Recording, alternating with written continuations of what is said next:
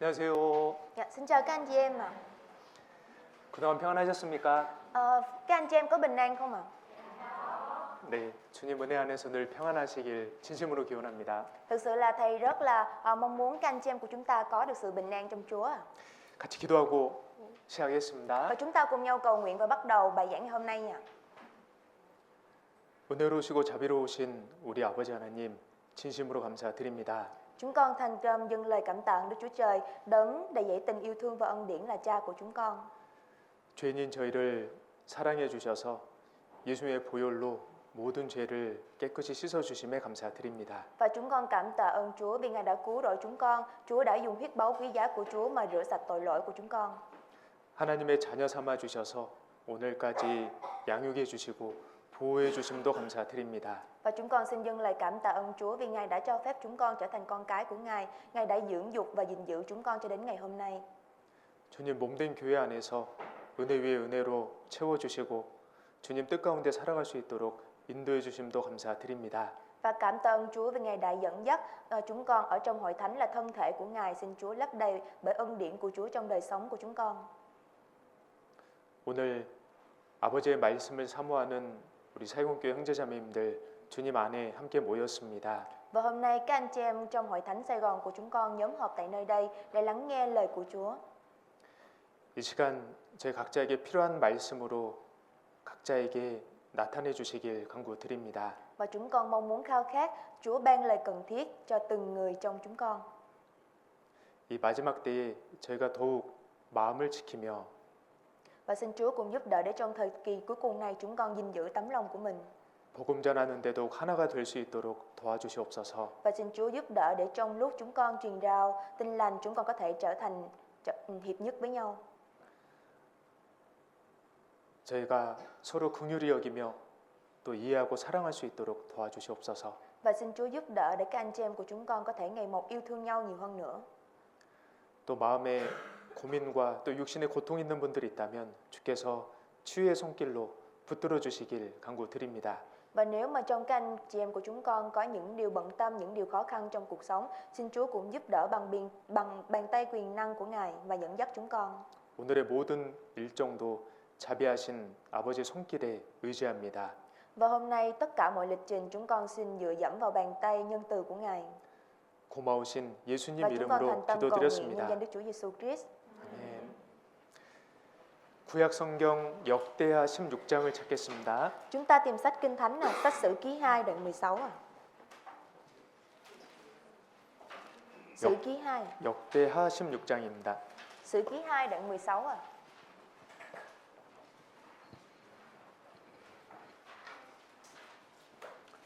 칠 절부터 10절입니다. Từ câu số 7 cho đến câu số 10 à.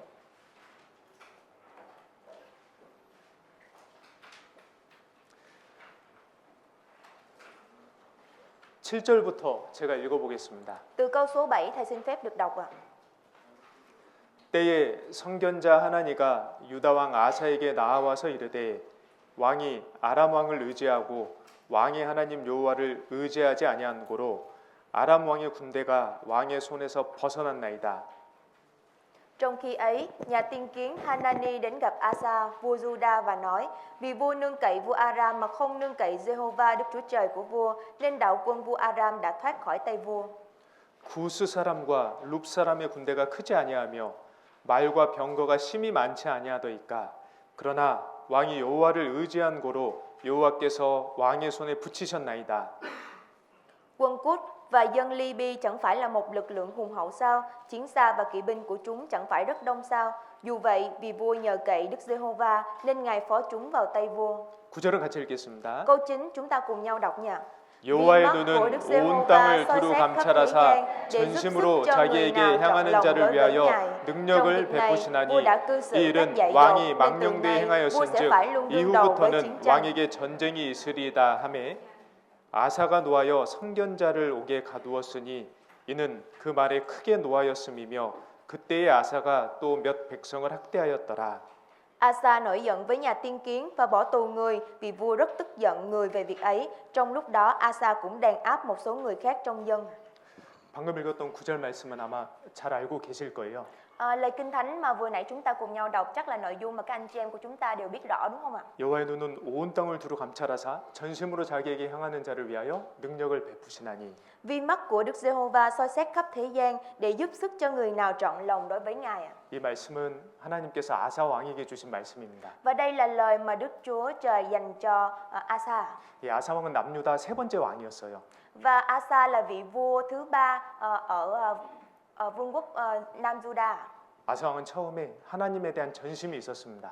Và vua Asa là vị vua vào thời đầu ông đã trọn lòng đối với Đức Chúa Trời ạ. 그래서 하나님께서 주시는 능력으로 많은 일을 행했었어요. Và ông đã làm được rất nhiều việc bởi việc ông nhận năng lực từ Đức Chúa Trời ạ.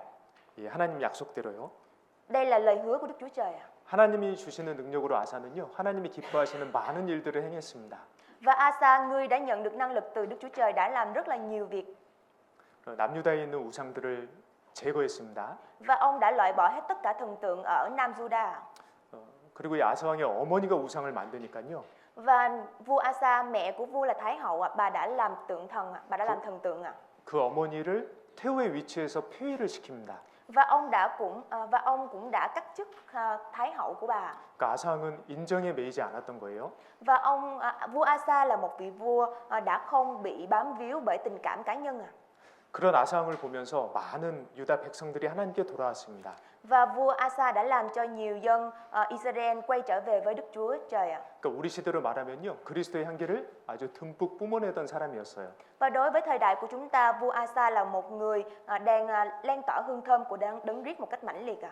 그 결과 아사 왕과 이스라엘 사람들은 남유다 사람들은 하나님이 주시는 평안을 누릴 수 있었습니다. Và bởi vì vua Asa đã làm như vậy cho nên là cả vua và cả những người dân lúc bấy giờ đã có thể tận hưởng sự bình an ạ. 자, 그런데 시간이 흘렀습니다. Nhưng mà thời gian trôi qua, 아사 왕의 마음이 변했습니다. thời gian trôi qua thì tấm lòng vua Asa đã thay đổi ạ. 하나님을 향해 전심이었던 그의 마음이 변했습니다.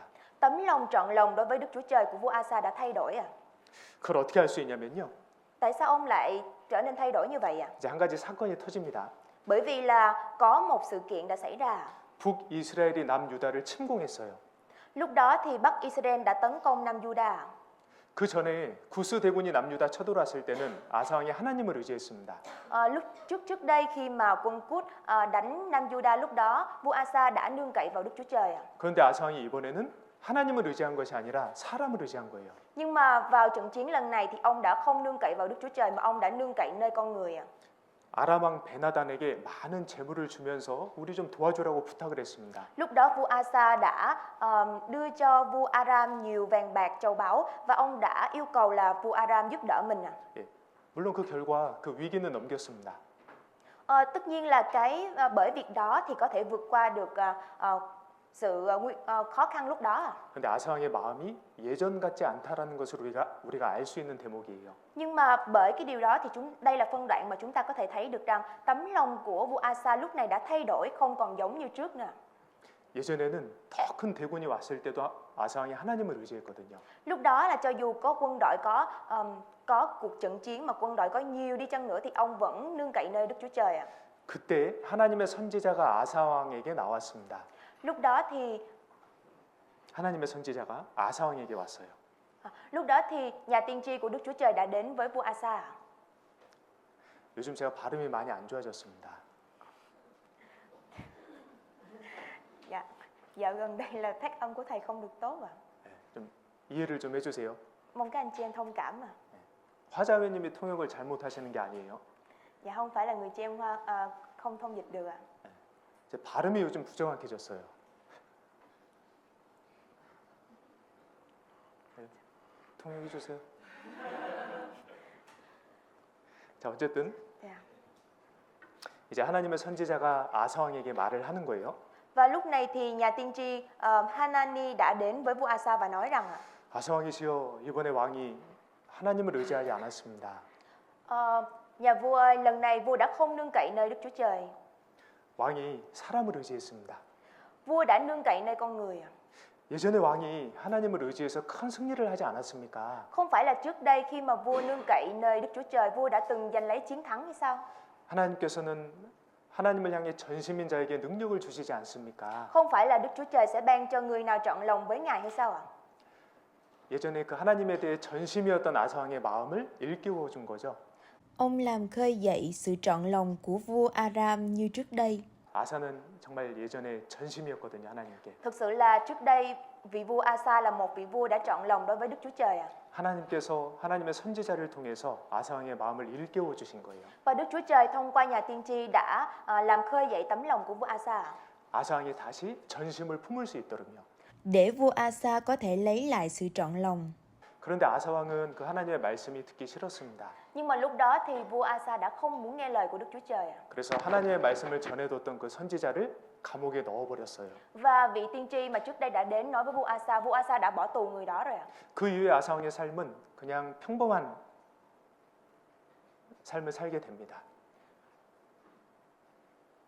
그 이후 아사 왕은 Và sau cái sự việc đó ạ, 그냥 하나님 안 믿는 사람과 다름없는 그런 삶을 살게 되었어요. và sau sự việc đó thì ông đã sống một đời sống không khác gì với người không tin Đức Chúa Trời ạ. 그 아사 왕이 그때 하나님 선지자의 말씀을 들었으면 얼마나 좋을까요? Nếu mà lúc đó mà vua Asa nghe lời nhà tiên tri mà Đức Chúa Trời gửi đến cho mình thì tốt biết bao nhiêu, đúng không ạ? 아사 왕이 다시 전심을 회복해서 하나님께 능력을 받아서 많은 일을 할 수 있었을 거예요. Nếu mà ông lắng nghe lời nhà tiên tri mà Đức Chúa Trời gửi cho mình thì ông có thể quay đầu và khôi phục lại đức tin tấm lòng của mình, có thể trọn lòng với Đức Chúa Trời và có thể nhận được năng lực từ Đức Chúa Trời mà làm nhiều việc tốt hơn nữa, đúng không ạ? 우리도 신앙생활 하다 보면요, Và khi mà chúng ta thực hiện đời sống đức tin 이 마음이 예전 같지 않을 때가 있습니다. có những lúc tấm lòng của chúng ta không có sự nhiệt huyết 한때는 하나님에 대한 마음이 전심이었습니다. Có những lúc thì chúng ta lại trọn lòng với Đức Chúa Trời 그 누구보다 하나님을 사랑했습니다. So với bất cứ ai thì mình là người yêu thương Đức Chúa Trời nhất 그 무엇보다 하나님을 사랑했습니다. So với bất cứ điều gì thì mình là người yêu thương Đức Chúa Trời nhất 온전히 내 마음을 하나님께 전부 드리고 싶었습니다. Và cả tấm lòng của mình muốn dành trọn dâng lên cho Đức Chúa Trời 그래서 정말 치열하게 하루하루 신앙생활 할 때가 있었습니다. Nhưng mà có những lúc đời sống đức tin của mình lại không tốt 아니요, 치열하게 아주 열심히 신앙생활 할 때가 있었습니다. Và có những lúc mình có thực hiện đời sống đức tin một cách mãnh liệt 우리 형제자매님들 지금도 그런 마음이실까요? Không biết là các anh chị em của chúng ta hiện tại có được tấm lòng như vậy không ạ? 아니면 시간이 흘러서 그 하나님에 대한 전심이 지금은 좀 식었을까요? Hay là thời gian trôi qua thì tấm lòng trọn lòng với Đức Chúa Trời của mình hiện tại đang bị nguội lạnh 예, 물론 우리 마음이 식을 때가 있습니다. Đương nhiên là chúng ta sẽ có những lúc tấm lòng bị nguội lạnh 뜨겁지도 않고 차갑지도 않은 마음으로 신앙생활 할 때도 있습니다. Và có những lúc khi mà chúng ta thực hiện đời sống đức tin, tấm lòng của mình cũng không nóng và cũng không lạnh 근데 하나님은 우리 마음을 잘 아십니다. Nhưng mà Đức Chúa Trời là đấng biết rõ tấm lòng của chúng ta 그리고 우리에게 관심이 너무나 많으셔요. Và Đức Chúa Trời là đấng mà quan tâm chúng ta nhiều nhất 그래서 하나님의 사람들을 통해서 말씀으로 우리 마음을 일깨워 주십니다. Và bởi vì điều đó cho nên Đức Chúa Trời thông qua con người mà Ngài ban lời cần thiết dành cho chúng ta để khơi dậy tấm lòng của chúng ta. 그래서 다시 전심으로 하나님을 섬기며 살아갈 수 있도록 도와주셔요. Và Chúa sẽ giúp đỡ để chúng ta có thể lấy lại được tấm lòng trọn vẹn đối với Đức Chúa Trời để chúng ta có thể bước ra trước Ngài 그래서 오늘은 좀 아사왕을 통해서요. Và hôm nay thông qua hình ảnh của vua Asa, 내 마음이 하나님께 전심인지 아닌지 한번 좀 살펴보고 chúng ta sẽ cùng nhau xem xét thử xem tấm lòng của mình thực sự có đang trọn vẹn đối với Đức Chúa Trời hay là không nha. 어떻게 그 전심을 회복할 수 있을지도 같이 생각을 해보겠습니다. Và chúng ta sẽ cùng nhau suy nghĩ thử xem chúng ta sẽ làm thế nào có thể khôi phục lại tấm lòng trọn vẹn đối với Đức Chúa Trời 이 아사왕이 하나님께 전심이었을 때 어떤 모습이 있었는지 한번 볼게요. Và khi mà vua Asa có tấm lòng trọn vẹn với Đức Chúa Trời thì ông đã có một đời sống như thế nào, chúng ta hãy cùng nhau xem xét nha. 아사왕이 하나님께 전심이었을 때는요, 그 무엇보다 하나님 우선이었습니다. Và khi mà Asa có tấm lòng trọn vẹn với Đức Chúa Trời thì so với bất cứ điều gì Đức Chúa Trời là nhất đối với ông 역대하 14장 Sử ký 2 đoạn 14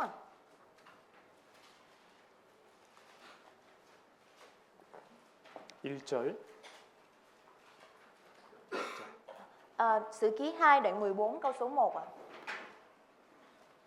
아비아가 그 열조와 함께 잠에 다윗성에 장사되고 그 아들 아사가 대신하여 왕이 되니 그 시대에 그 땅이 10년을 평안하니라.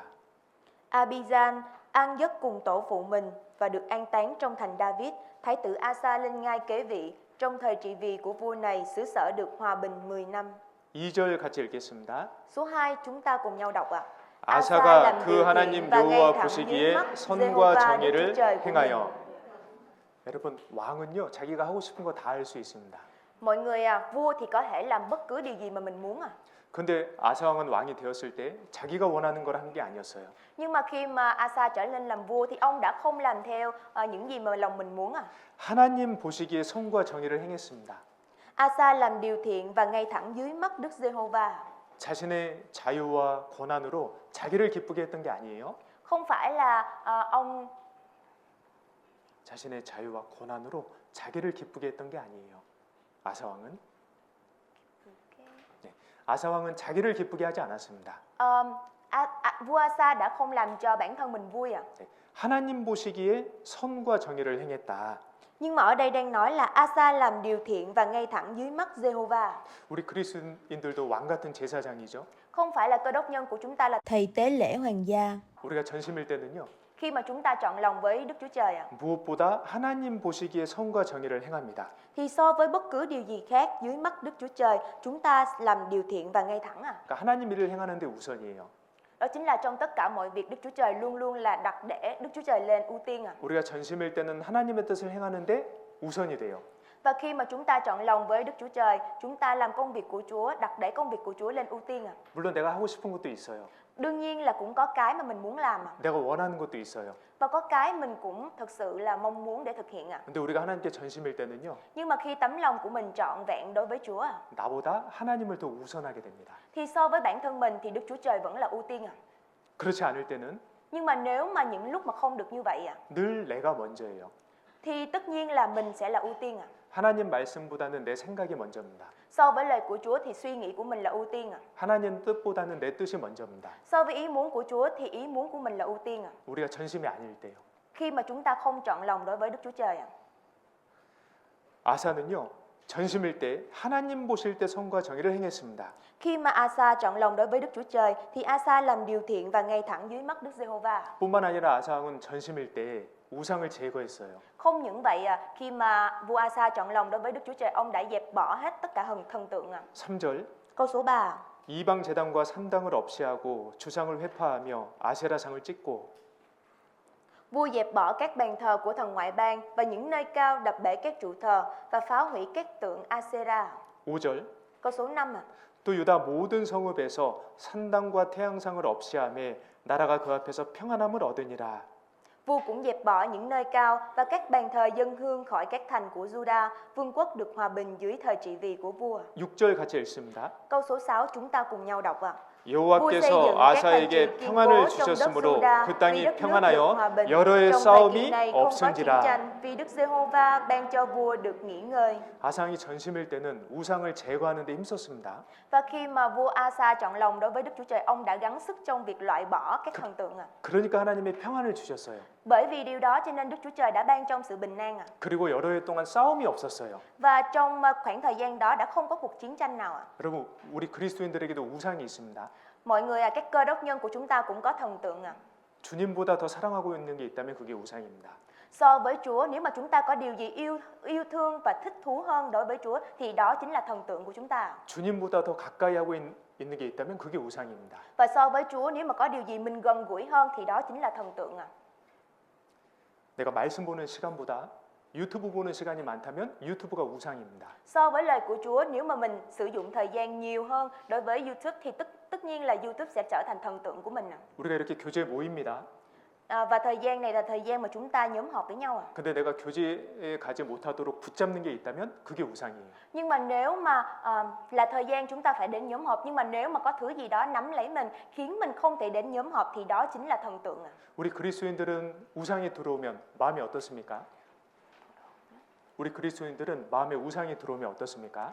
Cơ đốc nhân của chúng ta nếu mà thần tượng đi vào tấm lòng của mình thì sẽ trở nên như thế nào ạ? 평안이 깨져요. Thì sự bình an sẽ bị phá vỡ. 갈등이 생겨요. Sẽ có sự mâu thuẫn. 아상이 우상을 없앴을 때는 평안함을 얻었고 싸움이 없었습니다. Khi mà vua Asa trọn lòng đối với Đức Chúa Trời thì lúc đó ông đã có thể sống trong sự bình an và không có một cuộc chiến tranh nào. 우리 삶에 우상이 없을 때는요 마음이 평안해요. Khi mà chúng ta loại bỏ hết thần tượng trong tấm lòng của chúng ta thì lúc đó tấm lòng của chúng ta sẽ được bình an. 마음에 갈등이 없어요. Không có sự mâu thuẫn. 근데 우상이 들어오면요. Nhưng mà nếu mà thần tượng đi vào tấm lòng của chúng ta, 이러면 안 되는데. nếu mà làm như thế này không được mà. 이건 아닌데. Cái này thì cũng không có phải. 자꾸 마음에 갈등과 싸움이 생깁니다. Tức là trong tấm lòng của mình thường xuyên xảy ra những mâu thuẫn, những xung đột ạ. 평안이 깨져요. Đó chính là việc mà sự bình an bị phá vỡ ạ. 우상이 들어왔기 때문이에요. Bởi vì là thần tượng đã đi vào trong lòng của mình rồi ạ. 하나님을 향한 전심을 잃어버렸기 때문이에요. Đó là việc mà tấm lòng trọn vẹn dành cho Đức Chúa Trời đã bị biến mất đi ạ. 그리고 아사왕이 전심일 때는요. Và khi mà Asa chọn lòng đối với Đức Chúa Trời ạ, 백성들의 신앙에 관심이 많았습니다. lúc đó thì vua Asa đã có sự quan tâm đối với đời sống đức tin của dân chúng ạ. 백성들이 하나님을 섬길 수 있도록 도와줬습니다. Ông đã giúp đỡ để dân chúng có thể thờ phượng Đức Chúa Trời ạ. 4절 Câu số 4 ạ. 같이 읽겠습니다. Câu số 4 chúng ta cùng nhau đọc ạ. 유다 사람을 명하여 그 열조의 하나님 여호와를 구하게 하며 그 율법과 명령을 행하게 하고. 자, 왕이었던 아사 왕이 유다 사람들에게 명령했습니다. Và vua Asa đã ra lệnh cho người dân Nam Juda. 자기를 따르라고 하지 않았어요? Không phải ra lệnh để theo mình à. 하나님을 따르라고 했어요. Ông đã ra lệnh là phải thờ phượng và đi theo Đức Chúa Trời ạ. 그러니까 백성들이 하나님에 대한 바른 신앙을 가질 수 있도록 도와줬어요. Và ông đã giúp đỡ để dân Juda, người dân của mình có thể có một đời sống đúng đắn đến với Chúa. 그 말은 백성들의 신앙에 관심이 있었다는 거예요. Và lời nói đó chính là việc mà ông đã có sự quan tâm đến đời sống đức tin của dân chúng à. 그렇죠? Đúng không ạ? 우리도 하나님에 대한 마음이 전심일 때는 Và khi mà chúng ta có đời sống tấm lòng trọn vẹn, trọn lành đối 주변 với 사람들의 Chúa, 신앙에 관심을 갖게 됩니다. thì chúng ta sẽ có được sự quan tâm đối với đức tin của những người xung quanh ạ. 신앙생활 잘 못하시는 분들을 도와주고 해야 되고 Và chúng ta sẽ giúp đỡ cho những anh chị em nào mà có đời sống đức tin không được tốt ạ. 기도하게 되고요.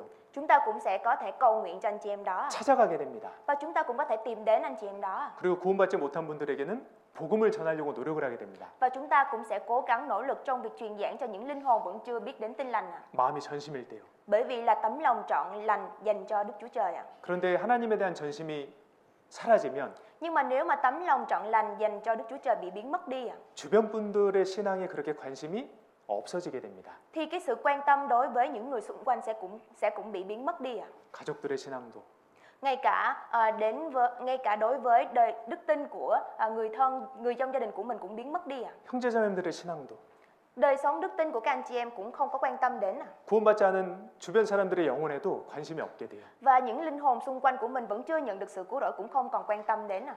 하나님에 대한 전심을 잃었다는 증거입니다. Đó là bằng chứng cho thấy rằng tấm lòng trọn lành đối với Đức Chúa Trời đã bị biến mất ạ. 그리고 아사왕이 하나님께 전심이었을 때는요.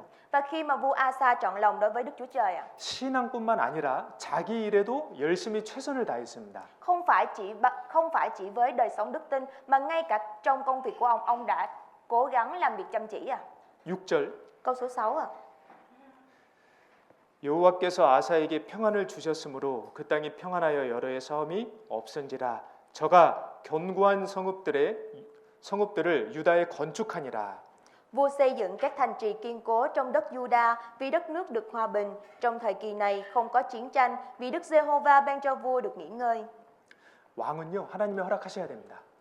Muốn làm vua thì cũng phải có sự cho phép của Đức Chúa Trời ạ. 그러니까 왜 하나님이 왕으로 임명을 하시느냐? Tại sao Đức Chúa Trời lại cho phép người đó trở thành vua ạ? 백성들이 하나님을 섬기고 하나님을 경외할 수 있도록 돕는 역할을 하는 거죠. Bởi vì là Chúa mong muốn rằng người dân có thể thờ phượng Chúa và cũng có thể là kính sợ Đức Chúa Trời ạ. 그런데 여기 보세요. 유다 왕이 전심일 때는요. Và khi mà vua Asa trọn lòng đối với Đức Chúa Trời, các anh chị em nhìn nha. 견고한 성읍들을 유다 땅에 건축했습니다. Ông đã xây dựng các thành trì kiên cố trong đất Juda. 이 국가에서 추진하는 대규모 토목 공사는 반드시 왕의 승인이 있어야 됩니다. Và trong những cái công trình xây dựng có quy mô lớn để thúc tiến đất nước thì phải có sự quyết định của vua, đúng không ạ? 왕이 결정 안 해주면 못해요. Nếu mà vua không có sự quyết định của vua thì sẽ không thể nào thực hiện được ạ. 그러니까 아사 왕은 하나님께 전심일 때 Và khi mà vua Asa trọn lòng đối với Đức Chúa Trời ạ, 백성들의 안정과 평안에도 관심이 있었고 thì ông cũng có được tấm lòng quan tâm đến sự bình an và sự hòa bình đối với người dân của mình ạ. 그들을 위해서 뭔가 열심히 일을 했습니다. Và vì người dân của mình, ông mong muốn làm điều gì đó để bảo vệ họ.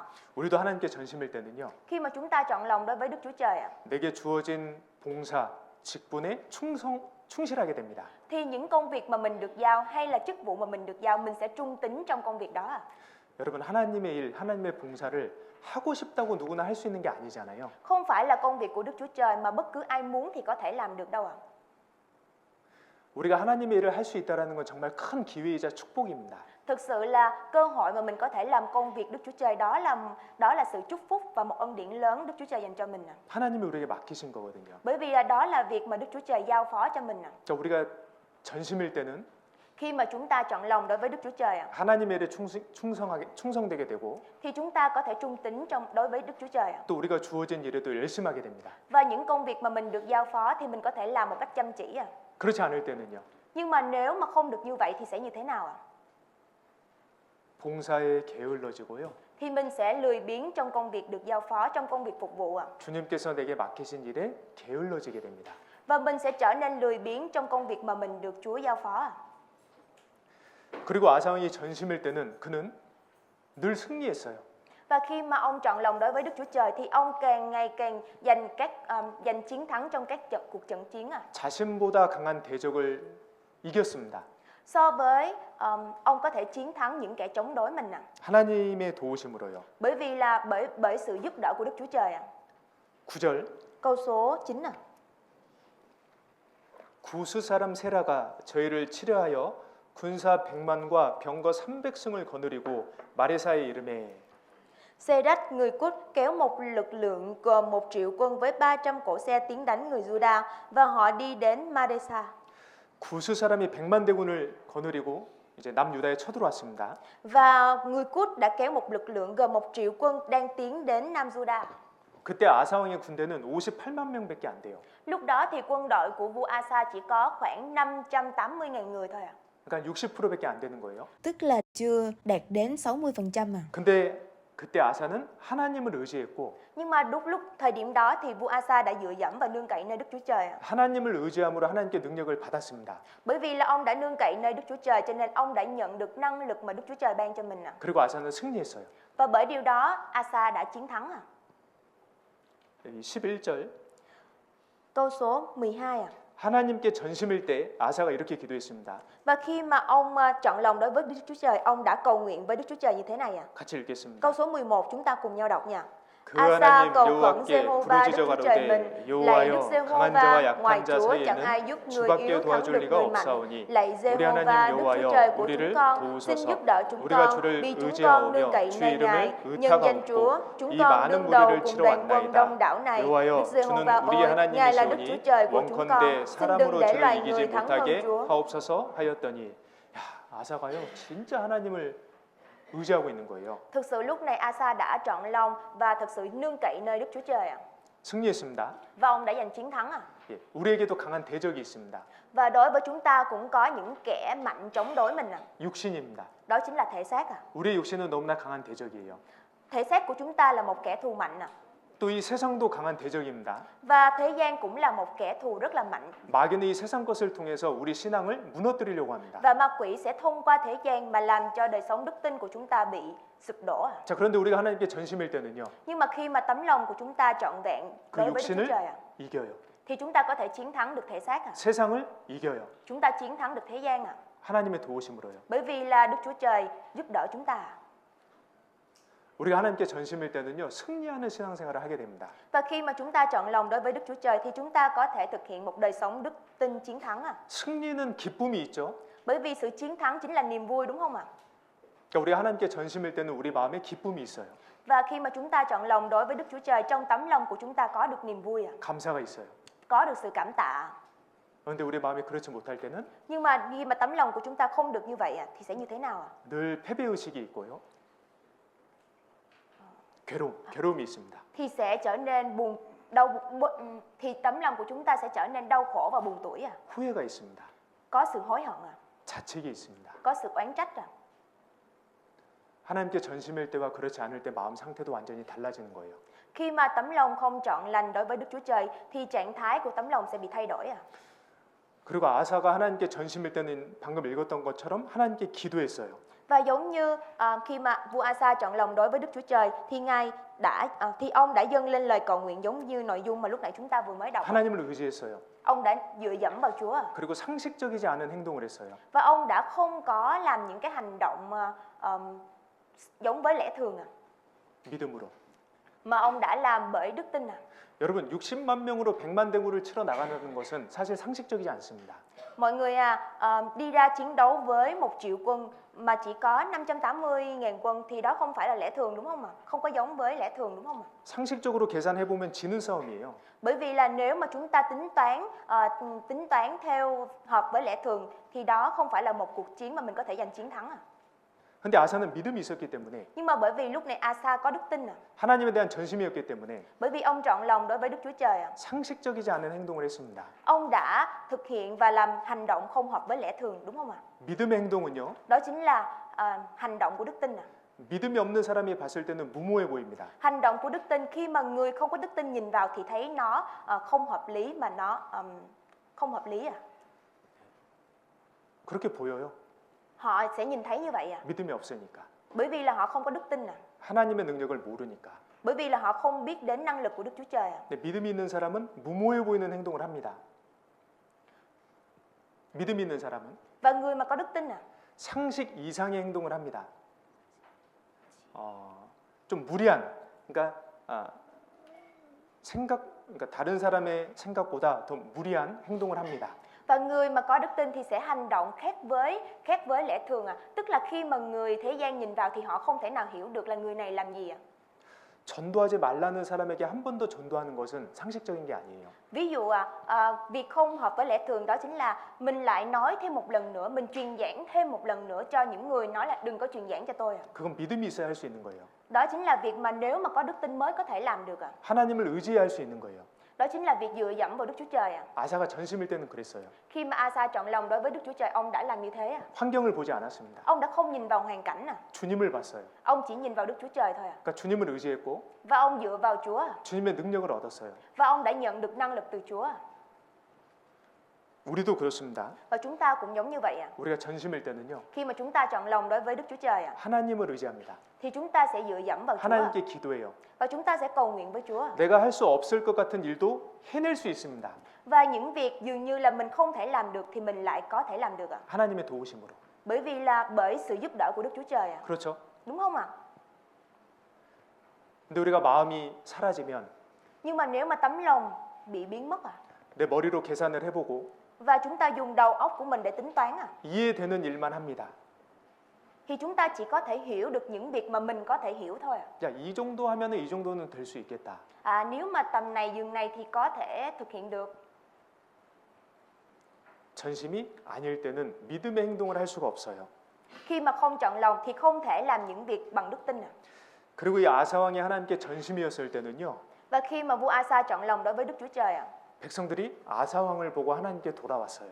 và những dân chúng khi mà nhìn vào hình ảnh của vua Asa, dân chúng đã quay trở về với Đức Chúa Trời ạ. 그러니까 아사 왕이 그리스도의 한계를 아주 듬뿍 뿜었던 겁니다. Bởi vì là vua Asa đã có thể bày tỏ được hương thơm của Đấng Christ một cách mãnh liệt ạ.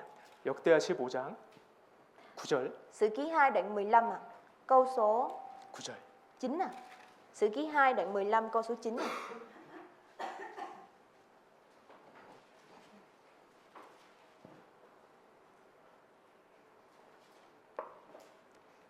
같이 읽겠습니다. Câu số 9 chúng ta cùng nhau đọc nha.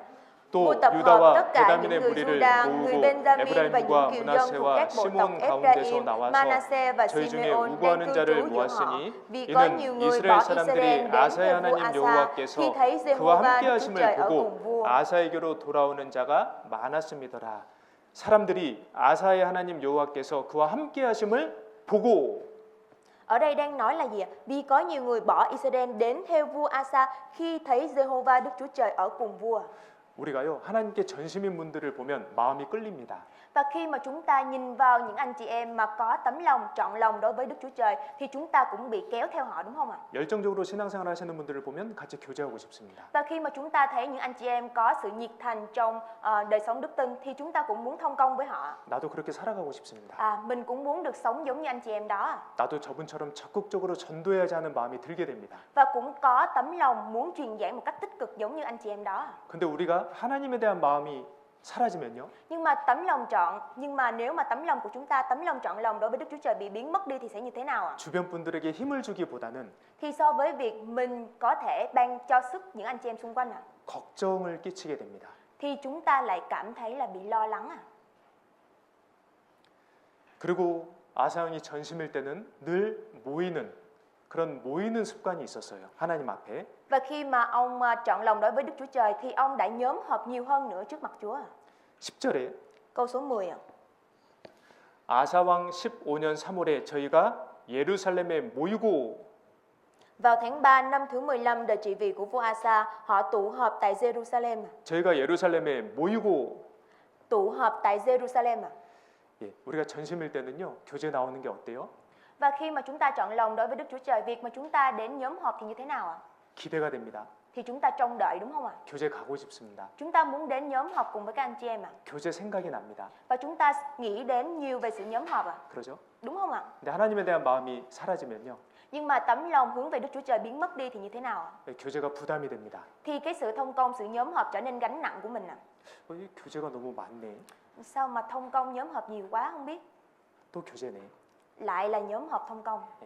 하나님에 대한 마음이 사라졌기 때문이에요. Bởi vì là tấm lòng hướng đến Đức Chúa Trời đã bị biến mất cho nên mới như vậy ạ. 여러분 만약에요. Giả sử ạ. 이번 주 수요일 저녁 7시 반에 Giả sử như nếu thứ tư tuần này 7 giờ rưỡi ạ. 예수님이 여기 오신다면 Đức Chúa Giêsu đến 우리 어떻게 해야 될까요? thì chúng ta sẽ như thế nào ạ? 무슨 일이 있더라도 무조건 여기 와야 되잖아요. Nếu mà giả sử như Chúa đến vào thời gian ấy thì dù có việc gì xảy ra thì mình cũng vẫn đến đúng không ạ? 예수님이 오신다는데 Bởi vì là Chúa đang đến 와야죠. cho nên là mình phải đến 근데 그거 아십니까? 우리가 교제할 때 주님이 여기 오시는 거 아십니까? Các anh chị em có biết rằng khi mà chúng ta nhóm họp thì Chúa cũng đến không ạ? 두세 사람이 주님의 이름으로 모이는 곳에 주님께서 함께 하신다고 약속하셨어요. Chúa đã hứa rằng chỉ cần 2-3 người nhóm họp lại với nhau thì Chúa sẽ ngự tại đó. 주님이 여기 계셔요. Chúa đang ở đây 우리가 모일 때 우리만 모이는 게 아닙니다. Không phải là chỉ chúng ta nhóm họp với nhau thôi đâu ạ. 주님이 함께 계셔요. Chúa đồng hành ở cùng với chúng ta. 우리가 하나님께 전심일 때는 Khi mà chúng ta chọn lòng đối với Chúa 모임 나오는 발걸음이 가볍습니다. thì cái bước chân mà đến buổi nhóm họp nó sẽ trở nên nhẹ nhõm 빨리 교제 가고 싶어요. bởi vì là mình muốn đến tham gia nhóm họp 근데 교제 가는 게 너무 부담이 된다면 Nhưng mà nếu mà cái việc nhóm họp trở nên gánh nặng của mình 내 마음이 식은 거예요. thì lúc đó tấm lòng của mình hướng đến Chúa đã trở nên bị nguội lạnh rồi 그리고 하나님께 전심일 때는요. 뭔가 하나님께 드리고 싶습니다. Và khi mà tấm lòng trọn lòng được hướng đến Chúa của mình thì lúc đó mình sẽ muốn dâng cái gì đó lên cho Chúa 11절 Câu số 12 같이 읽습니다. Câu số 12 chúng ta cùng nhau đọc 그날에 누락하여 온 물건 중에서 소 700과 양 7천으로 여호와께 제사를 드리고 소 몇 마리요? Em xin lỗi nha mọi người, câu số 11 네, 베트남 분들 같이 읽어보겠습니다. Chúng ta cùng nhau đọc lại câu số 11 nha. Lúc ấy họ lấy 700 con bò đực và 7.000 con chiên trong số chiến lợi phẩm đã mang về làm tế lễ dâng lên Đức Giê-hô-va. 소 몇 마리요? Bò bao nhiêu con 700마리. 700 con bò đực đúng không ạ? 베트남 돈으로 환산하면 얼마나 될까요? Nếu mà tính ra tiền Việt Nam là khoảng bao nhiêu 네. 그리고 양 몇 마리요? Và con chiên thì bao nhiêu con 7,000마리요. 7.000 con đúng không ạ? 그 돈으로 환산하면 얼마나 될까요? Nếu mà tính ra tiền thì là nhiều biết bao nhiêu 큰 돈일 거예요. Là một số tiền lớn 근데 아상이 전심일 때 백성들과 함께 하나님께 드렸습니다. Nhưng mà khi mà vua Asa chọn lòng đối với Đức Chúa Trời, ông đã cùng người dân dâng lên làm tế lễ cho Đức Giê-hô-va. 우리가 하나님께 전심일 때는 Khi mà chúng ta chọn lòng đối với Đức Chúa Trời 하나님께 드리는 게 아깝지가 않아요. thì việc mà chúng ta dâng lên cho Ngài chúng ta sẽ không hối tiếc 시간도, ngay cả thời gian 물질도, ngay cả vật chất 재능도 ngay cả tài năng và năng lực của mình 하나님께 드리는 게 감사가 돼요. Và khi mà mình dâng lên cho Đức Chúa Trời thì mình cảm thấy biết ơn 근데 하나님에 대한 마음이 사라지면 Nhưng mà tấm lòng hướng đến Chúa bị biến mất đi 우리는 하나님께 인색해집니다. thì lúc đó thì mình sẽ trở nên keo kiệt đối với Chúa. 많은 일정들이 있는데 Có nhiều lịch trình 바빠지면 nhưng mà nếu mà bận 하나님과 관련된 일정이 뒤로 빠지게 돼 있어요. thì lúc đó những lịch trình mà liên quan đến Chúa thì mình sẽ không tham gia. 마치 교제 나오는 시간이 허비하는 것처럼 느껴지게 됩니다. Và giống như cái thời gian mà mình đến nhóm họp thì mình cũng cảm thấy nó trở nên lãng phí. 전심일 때는 안 그랬거든요. Nhưng mà khi mà chúng ta chọn lòng thì chúng ta không có cảm thấy như vậy đúng không ạ? 하나님께 드리고도 감사가 됐는데 Bởi vì là khi mà mình dâng lên cho Chúa thì mình cảm thấy cảm tạ. 마음이 식으면 Nhưng mà nếu mà tấm lòng bị nguội lạnh 그 무엇보다 하나님 앞에 인색해집니다. thì so với bất cứ điều gì khác thì mình sẽ trở nên keo kiệt trước Chúa. 그리고 아사가 전심일 때는요 아주 비장한 각오가 있었습니다. Và khi mà vua Asa trọn lòng đối với Đức Chúa Trời, ông đã có sự quyết tâm mãnh liệt. 12절, 13절, 15장. Đoạn 15 mà câu số 12 và 13. 네, 12절, 13절. câu 또 12. 마음을 다하고 성품을 다하여 열조의 하나님 여호와를 찾기로 언약하고. Họ kết ước với nhau hết lòng hết ý tìm kiếm Jehovah Đức Chúa Trời của tổ phụ mình. 13절 같이 읽겠습니다. Câu số 13 chúng ta cùng nhau đọc ạ. 무릇 이스라엘 하나님 여호와를 찾지 아니하는 자는 대소남녀를 물어나고 죽이는 것이 마땅하다 하고. 야, 좀 과해 보여요. Khi mà chúng ta đọc câu kinh thánh này thì chúng ta có thể là thấy nó hơi quá đúng không ạ? 야, 하나님을 찾지 아니하는 자는 죽이는 것이 마땅하다. Tất cả những ai không tìm kiếm Jehovah Đức Chúa Trời của Israel thì sẽ bị xử tử à. 야, 이거 대단한 결심이죠. Đây là một cái sự quyết tâm rất là mãnh liệt. 우리가 하나님께 전심일 때는요. Khi mà chúng ta chọn lòng đối với Đức Chúa Trời 아주 비장한 각오가 있습니다. thì chúng ta sẽ có sự quyết tâm mãnh liệt trong tấm lòng của mình. 내가 주님 뜻이라면 Nếu là ý muốn của Chúa 진짜 내가 한번 제대로 한번 해보겠다. thì mình sẽ mong muốn mình có thể làm một cách đàng hoàng một lần. 하나님 앞에 소원을 하고 소원 하나님께 약속을 하고 Và mình cũng sẽ hứa trước Chúa. 네. 뭔가 각오와 결심이 있습니다. Bởi vì là mình có sự quyết tâm mãnh liệt. 근데 마음이 전심이 아닐 때는 Nhưng mà nếu mà tấm lòng không có sự quyết tâm đó 그런 결심과 각오가 사라집니다. thì cái sự quyết tâm mãnh liệt nó sẽ biến mất đi. 현실과 타협하게 됩니다. Thỏa hiệp với hiện thực. 하나님 뜻대로 살지 못하는 이유와 핑계들을 찾게 됩니다. Và những cái lý do và những cái viện cớ không thể sống theo ý muốn của Đức Chúa Trời nó sẽ tìm đến mình.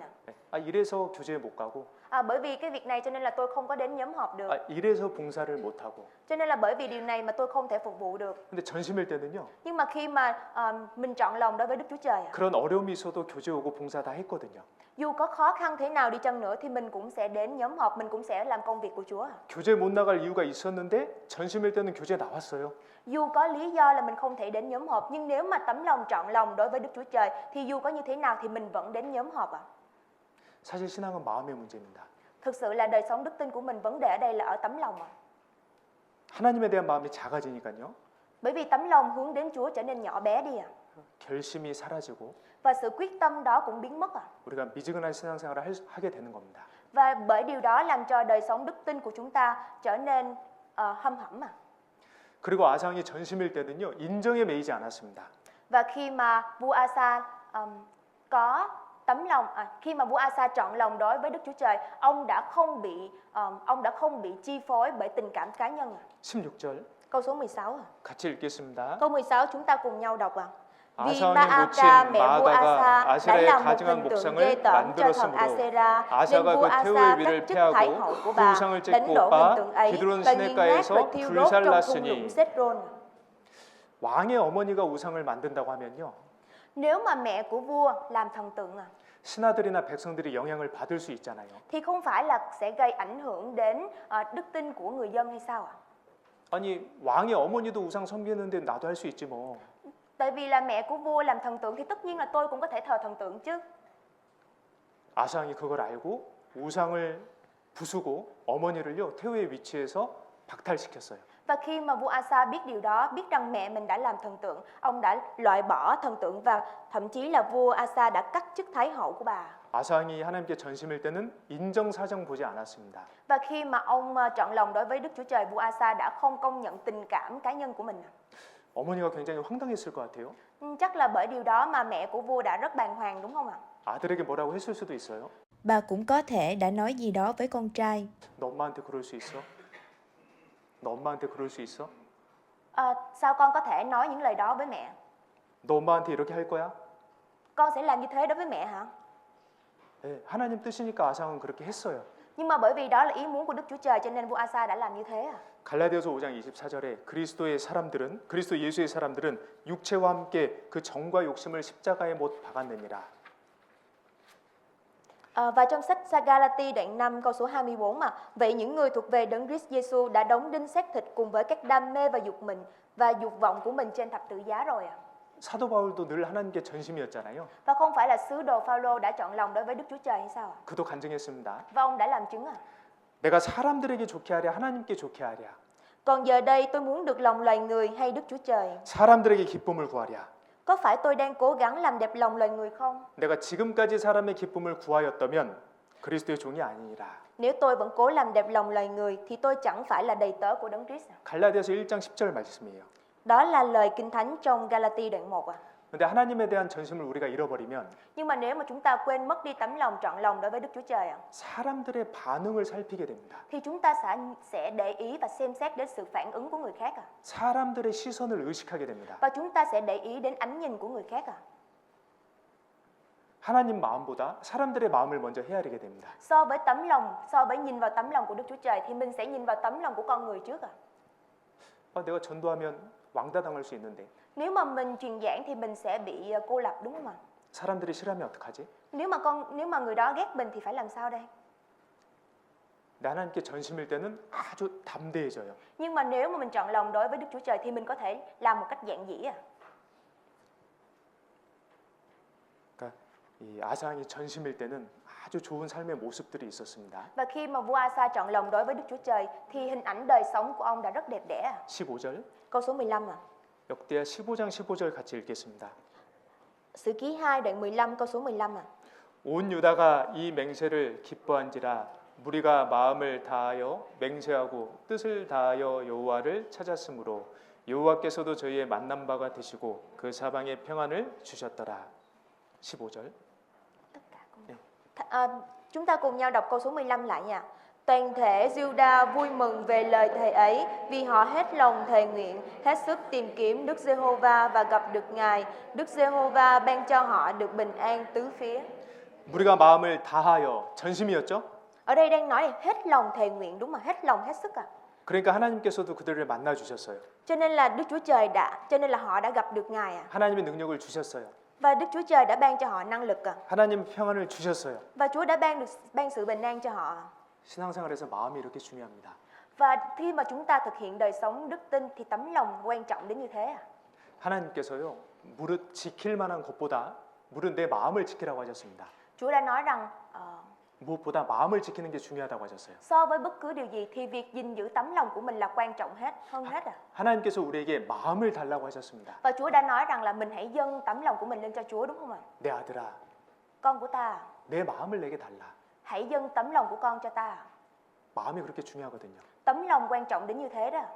하나님은 우리의 마음을 보시거든요. Bởi vì là Đức Chúa Trời nhìn vào tấm lòng của chúng ta. 우리가 전심일 때 Khi mà chúng ta chọn lòng đối với Đức Chúa Trời 하나님의 능력을 주시고 thì Chúa sẽ ban cho chúng ta năng lực 평안과 기쁨을 주십니다. và Chúa sẽ ban cho chúng ta niềm vui và sự bình an 마음을 지키고 마음을 드리는 게 이렇게 중요한 거예요. Cái việc mà chúng ta giữ lòng của mình và dâng lòng của mình nó quan trọng đến như thế đó. 자, 그런데 이제 시간이 흘렀습니다. Nhưng mà thời gian trôi qua, 아사왕의 마음이 변했습니다. khi mà thời gian trôi qua thì tấm lòng của vua Asa đã thay đổi rồi 역대하 16장 1절. Sử ký 2 đoạn 16 câu số 1 아사왕 36년에 이스라엘 왕 바하사가 유다를 치러 올라와서 라마를 건축하여 사람을 유다 왕 아사에게 왕래하지 못하게 하려 한지라.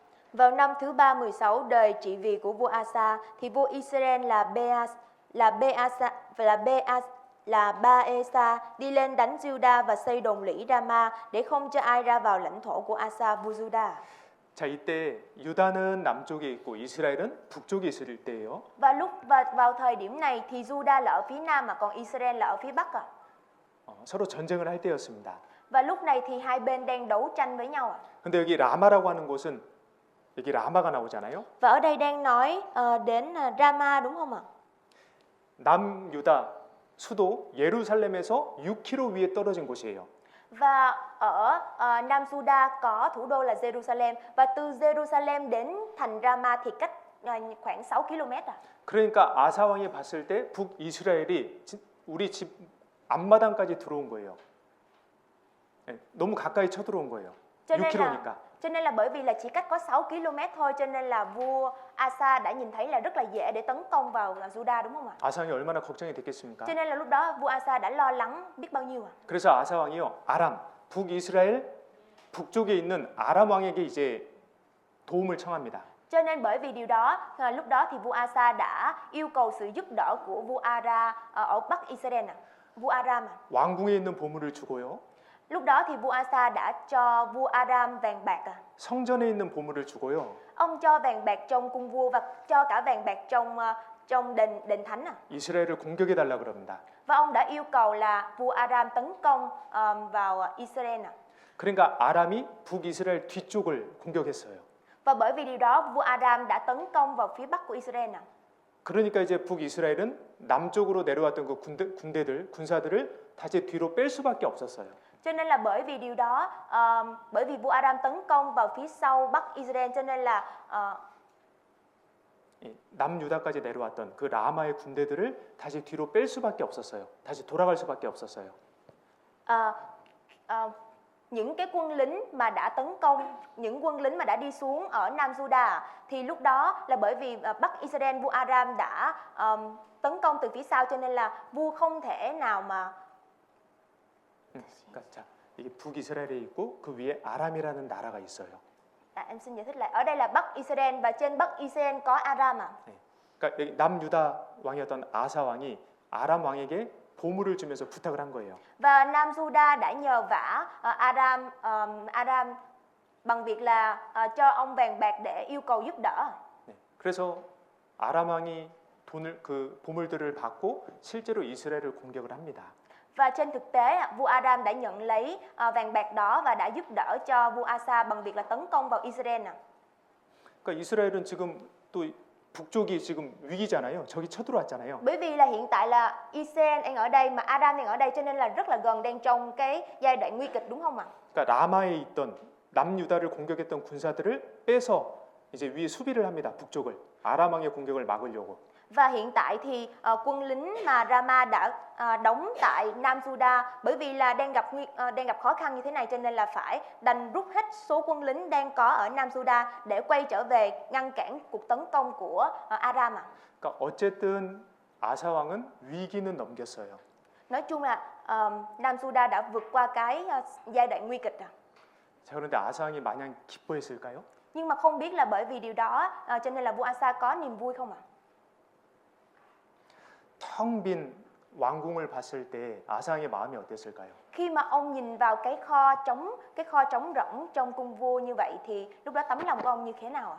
텅 빈 성전을 봤을 때 아사 왕의 마음이 어땠을까요? Khi mà ông nhìn vào cái kho trong đền thánh không còn gì nữa thì lúc đó tấm lòng của ông như thế nào ạ? 허탈한 마음이 들지는 않았을까요? Chắc chắn là tấm lòng của ông trở nên trống rỗng luôn, đúng không ạ? 예전에 하나님을 의지했을 그때가 생각나지 않았을까요? Không phải là bởi vì điều đó cho nên ông sẽ nhớ đến cái thời điểm mà ông nương cậy nơi Chúa hay sao ạ?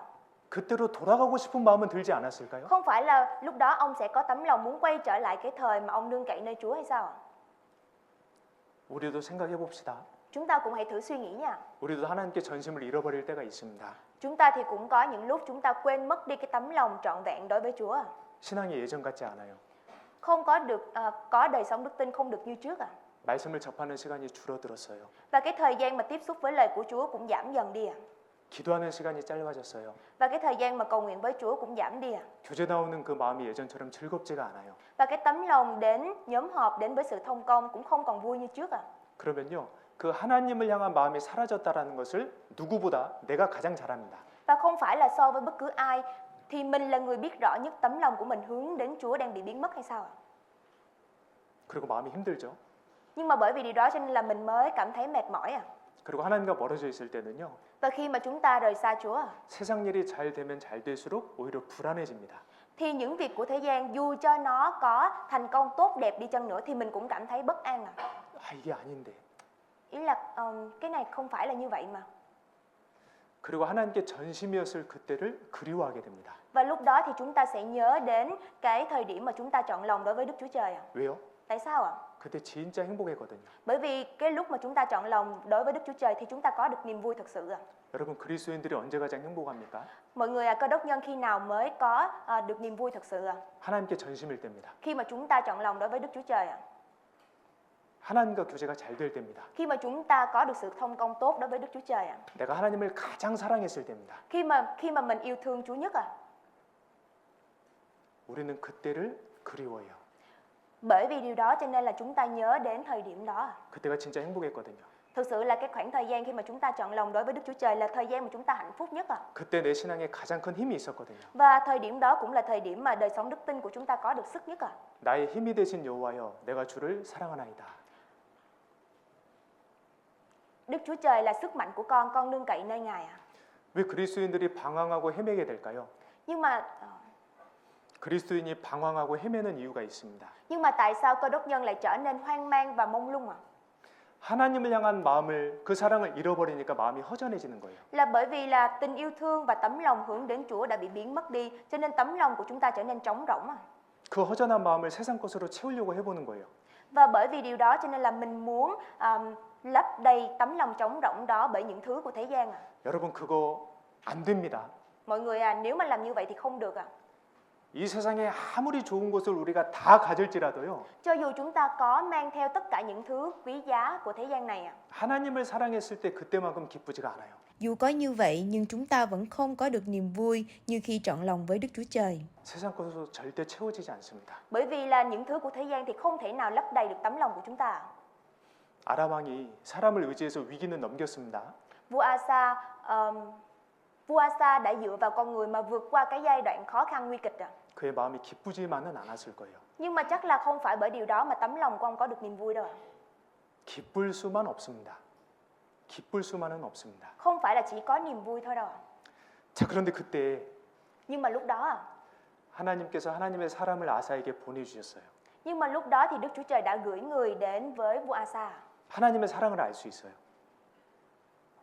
하나님의 사랑을 우리가 알 수 있어요. Và chúng ta có thể biết được tình yêu thương của Chúa dành cho người đó như thế nào ạ? 16장 7절. Đoạn 16 câu số 7 ạ. 때에 선견자 하나니가 유다 왕 아사에게 나와서 이르되. Trong khi ấy, nhà tiên kiến Hanani đến gặp Asa vua Juda và nói: 아사 왕의 마음이 하나님께 멀어져 있었습니다. Bởi vì là tấm lòng của vua Asa đã rời xa Đức Chúa Trời ạ. 근데 오히려 하나님께서는 그 아사 왕에게 사람을 보내주셨어요. Nhưng mà trái ngược lại, Đức Chúa Trời đã gửi người đến với vua Asa. 아사 왕이 하나님께 전심일 때도 선지자를 보내주셨고. Khi mà ông chọn lòng đối với Đức Chúa Trời, Chúa cũng đã gửi người đến với vua Asa. 그래서 격려의 말씀을 주셨죠. Cho nên là lúc đó thì Chúa đã gửi lời khích lệ đến vua Asa, đúng không ạ? 아사 왕의 마음이 하나님께 멀어져 있을 때도 하나님은 사람을 보내셔서 말씀해 주셨어요. Và dù cho tấm lòng hướng đến Đức Chúa Trời có rời xa, và cho dù khi mà ông có tấm lòng hướng đến Đức Chúa Trời, khi mà ông rời xa Đức Chúa Trời thì Chúa cũng đã gửi người đến với vua Asa và nói với ngài, đúng không ạ? 하나님께서 아사 왕 네가 어떻게 나한테 그럴 수 있어 하고 화를 내신 게 아닙니다. Đức Chúa Trời thì không có hỏi rằng tại sao con lại làm như vậy và cũng không có nổi giận với vua Asa. 아사 왕을 버리신 게 아닙니다. Không phải là Chúa bỏ rơi ông đâu ạ. 오히려 그 아사 왕의 마음을 회복시켜 주시려고 사람을 보내셨어요. Trái lại, Đức Chúa Trời đã gửi người đến để mong giúp đỡ cho vua Asa khôi phục lại tấm lòng của mình ạ. 여러분 우리 사람은요. Mọi người con người của chúng ta. 내가 믿었던 사람에게 배신을 당할 때 마음이 아픕니다. Khi mà mình bị phản bội bởi người mà mình yêu thương thì tấm lòng của mình rất là đau khổ và thống khổ, đúng không ạ? 그 사람을 미워하기도 합니다. Và bởi vì điều đó thì mình cũng sẽ trở nên ghét người đó. 더 충격적인 것은 Và cái điều mà 충격. 더 놀라운 것은 và cái điều mà đáng kinh ngạc hơn, 내게 10번을 잘해주는 사람이 있어요. 10번을 잘해줬어요 나한테. và có những người mà đối xử tốt với mình đến gấp 10 lần ạ. 근데 한 번 나 서운하게 하잖아요. 그러면 미운 마음이 올라옵니다. Nhưng mà chỉ bởi một lần người đó không đối xử tốt với mình thôi thì ngay lập tức tấm lòng của mình, tấm lòng không tốt, tấm lòng ghét bỏ lại trào lên ạ. 그게 우리 사람의 마음이에요. Đó chính là tấm lòng của con người chúng ta. 하나님은 그러지 않으세요. Nhưng mà tấm lòng của Đức Chúa Trời thì không như vậy ạ. 하나님과 멀어진 아사 왕에게 하나님은 오히려 사람을 보내셨습니다. Đối với vua Asa, người đã rời xa Chúa, trái lại Chúa không hề bỏ rơi ông mà Chúa đã gửi người đến với vua Asa. 이 남유다 8번째 왕 요아스 때도요. 하나님께서 똑같이 그렇게 하셨습니다.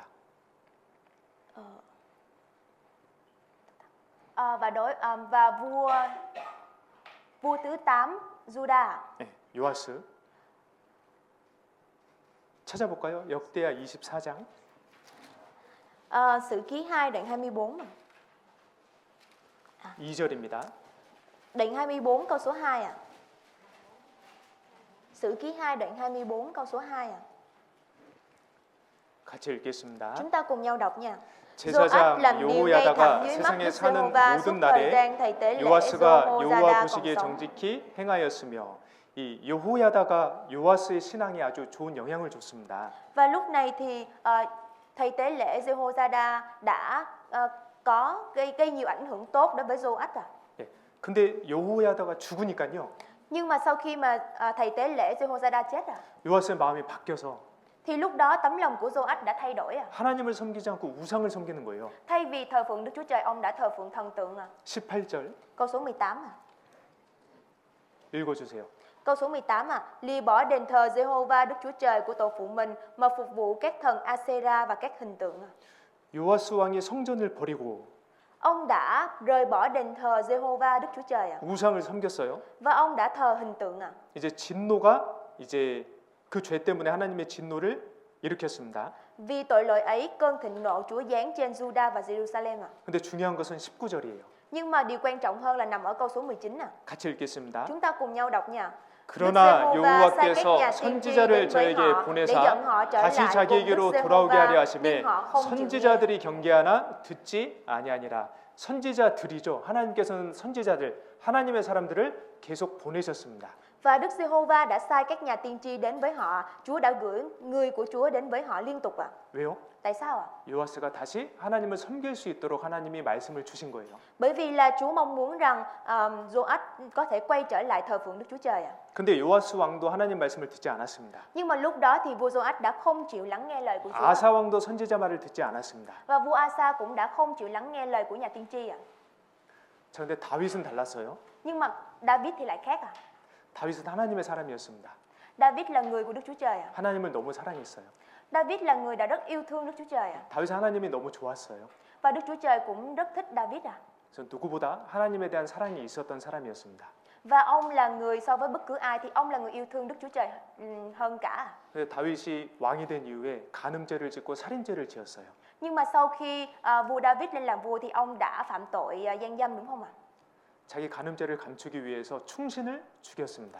Bởi vì là ông muốn che lấp cái tội gian dâm của mình cho nên là ông đã giết một người quân lính của mình đúng không ạ? 여러분 그때 다윗 마음이 어땠을까요? Lúc đó thì tấm lòng của David đã như thế nào ạ? 너무 괴로웠을 거예요. Chắc chắn là đã rất đau khổ đúng không ạ? 하나님을 섬기는 모습, 드러나는 그 모습은 있었을 겁니다. 외적으로 드러나는 하나님을 섬기는 그런 모습은 있었을 거예요. Chắc là lúc đó thì bên ngoài cũng có thể bày tỏ ra tấm lòng thờ phượng Đức Chúa Trời ạ. 뭐 찬양대들 가서 격려 좀 해주고, Rồi cũng hát những bài thánh ca để khích lệ ạ. 성경 말씀도 읽고, Rồi cũng đọc kinh thánh ạ. 제사장들 격려도 해주고. Rồi cũng khuyên nhủ và khích lệ các thầy tế lễ trưởng ạ. 근데 다윗 마음은요? Nhưng mà tấm lòng của David lúc đó thì như thế nào ạ? 너무나 힘들었을 거예요. Chắc chắn là rất là mệt mỏi ạ. 너무나 괴로웠을 거예요. Chắc chắn là rất đau khổ ạ. 죄 때문에. Bởi vì tội lỗi ạ. 우리도 그렇잖아요. Không phải là chúng ta cũng như vậy hay sao ạ? 우리가 죄를 지은 이후에 신앙이 무너질 때가 있습니다. Sau khi mà chúng ta phạm tội lỗi thì đời sống đức tin của chúng ta bị sụp đổ ạ. 잘 생각을 해보면 Nếu mà chúng ta thử suy nghĩ kỹ ạ, 그 이유 중에 하나는 thì chỉ có một lý do thôi ạ. 하나님께 대한 죄송한 마음이에요. Thì nếu mà chúng ta suy nghĩ thì có một lý do thôi. Chúng ta có tấm lòng hối lỗi với Chúa ạ. 나를 구원해 주신 주님께 너무 죄송한 거예요. Bởi vì là Chúa là đấng đã cứu rỗi mình cho nên là mình cảm thấy rất là có lỗi với Ngài ạ. 주님은 내게 나 너무 큰 사랑을 주셨는데 Chúa đã ban cho mình tình yêu thương lớn lao biết nhường nào. 그 하나님 앞에 죄를 지으니까요. Nhưng mà bởi vì là mình phạm tội lỗi trước Chúa, 그게 너무 죄송한 거예요. cho nên là tấm lòng của mình cảm thấy rất là có lỗi và thống khổ. 내 스스로가 너무 한심해 보이는 겁니다. Tức là tự bản thân của mình có thể thấy được điều đó. 다윗도 그랬을 거예요. Và chắc là David lúc đó cũng đã như vậy. 자기 죄가 너무나 커서 Bởi vì là tội lỗi của ông đã to lên. 감히 하나님께 나아갈 수 있는 용기조차 없었을 거예요. Thậm chí là ông cũng không còn dũng khí đi đến trước mặt Chúa nè. 그런데 놀랍게도 Nhưng mà dù vậy thì rất là kinh ngạc ạ. 그때에 Lúc đó 하나님께서 하나님의 사람을 보내주셨습니다. Lúc đó thì Đức Chúa Trời đã gửi người của Đức Chúa Trời đến với ông ạ. 나단 선지자를요. 선지자를. Chúa đã gửi nhà tiên tri đến với David ạ. 하나님 편에서 손을 내미신 거예요. Ông muốn dẫn dắt để David có thể quay trở về hướng của Đức Chúa Trời ạ. 하나님 편에서 이렇게 손을 내미신 거예요. 먼저 선지자를 보내주신 거예요. Đó chính là việc mà từ phía của Đức Chúa Trời, Ngài đã giơ tay ra giúp đỡ trước à? 다윗이 회개하고 다시 하나님께 돌아올 수 있도록요. Bởi vì là Chúa giơ tay ra giúp đỡ để mong muốn là David có thể quay trở về và ăn năn trước Chúa. 사무엘하 찾겠습니다. 11장. 사무엘하 11장. Samuel 2 à? Samuel 2 đoạn 11 à? 네.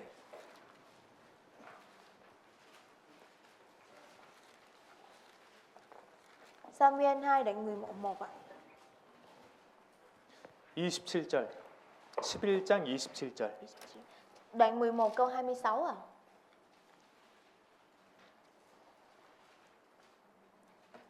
Samuel 2 đoạn 11 câu 26 à? 그 장사를 마침에 다윗이 보내어 저를 우리아의 아내를 궁으로 데려오니 저가 그 처가 되어 아들을 낳으니라. 다윗의 소위가 여호와 보시기에 악하였더라.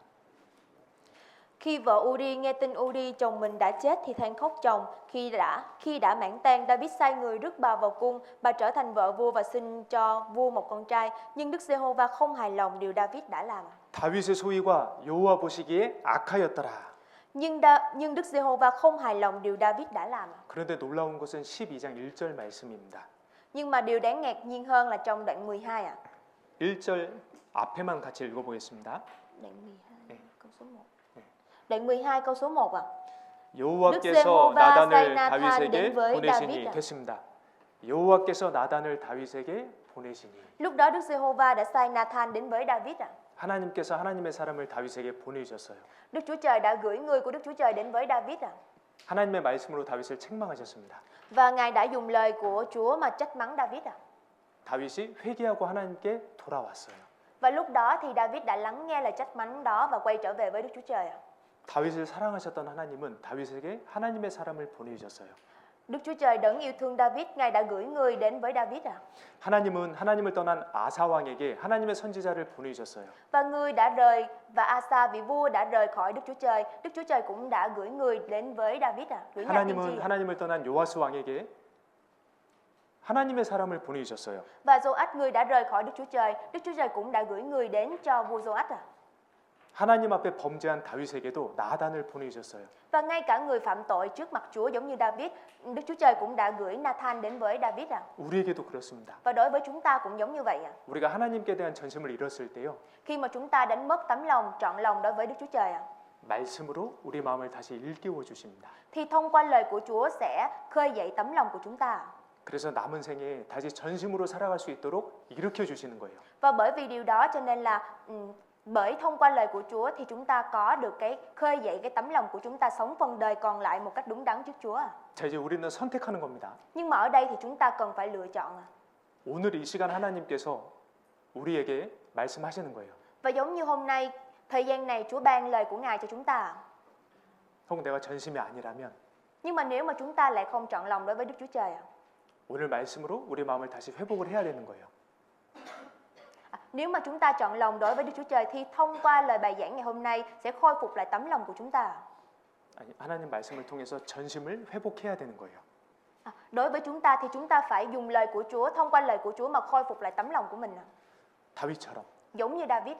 그렇지 않으면 Nhưng mà nếu không như vậy 아사 왕처럼 되는 거예요. thì chúng ta sẽ trở thành giống như vua Asa. 요아스 왕처럼 되는 거예요. Chúng ta sẽ trở thành giống như vua Joach. 그리고 하나님은요, 아사 왕에게 꼭 필요한 말씀을 해주셨습니다. Và Đức Chúa Trời đã ban lời cần thiết dành cho vua Asa. 그게 이제 역대하 16장 9절이에요. 찾겠습니다. Chúng ta cùng tìm sách Kinh Thánh là Sử Ký 2 đoạn 16. 역대하 16장 9절. Đoạn 16 câu số 9 Sử Ký 2 đoạn 16 câu số 9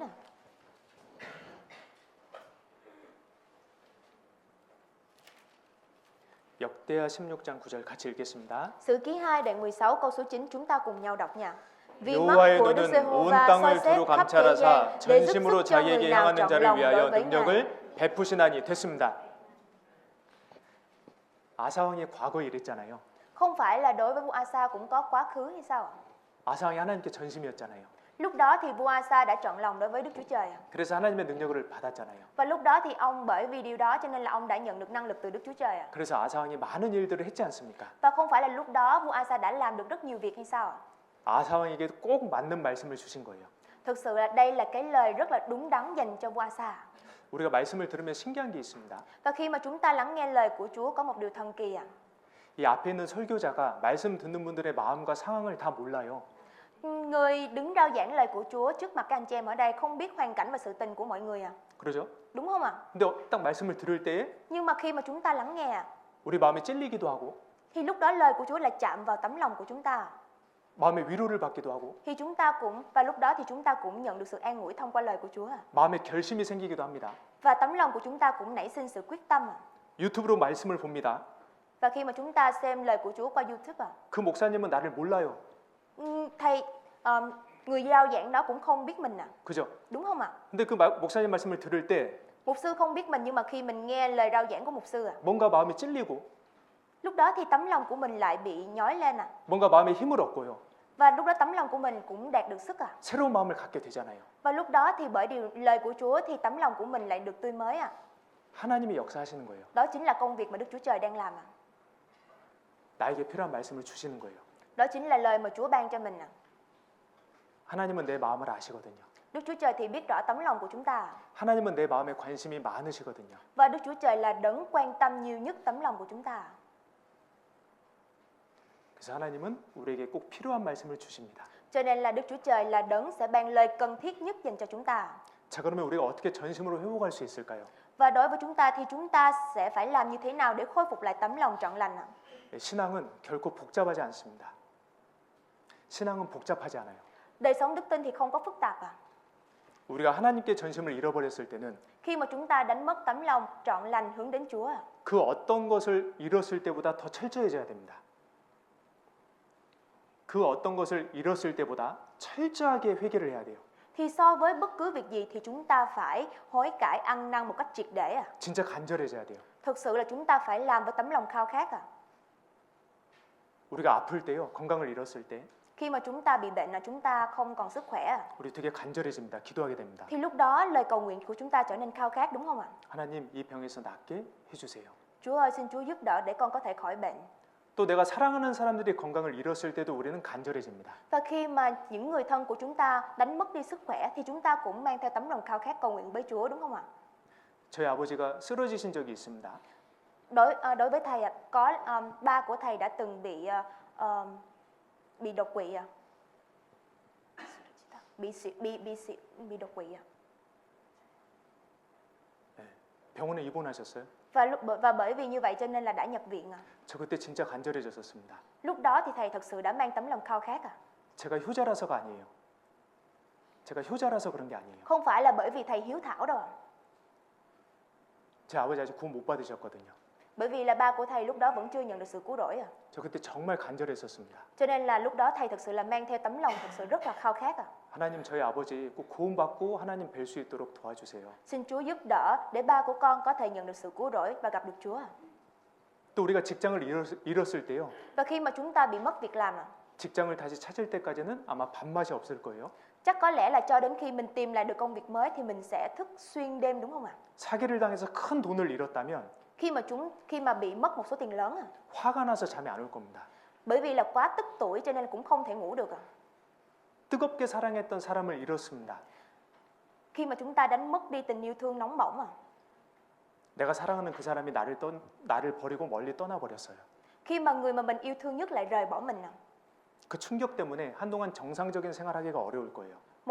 một điều chúng ta có thể bị khủng hoảng đó chính là không thể quay trở lại đời sống thường ngày 자, 그런데 Tuy nhiên 우리 주님은요, Chúa 내 건강보다, so với sức khỏe 돈보다, so với tiền tài 직장보다, so với công việc 내가 사랑하는 사람보다 so với người mà mình yêu thương 훨씬 크신 분이잖아요. là đấng rất là to lớn đúng không ạ?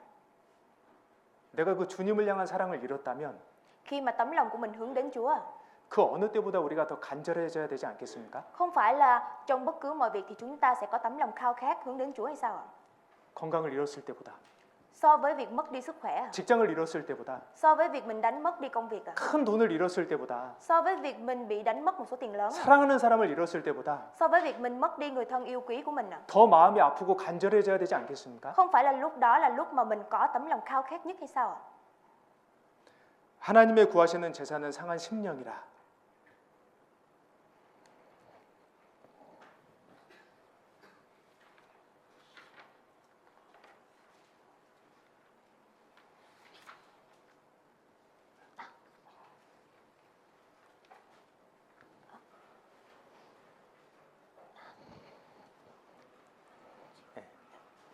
시편 51편 찾아보겠습니다.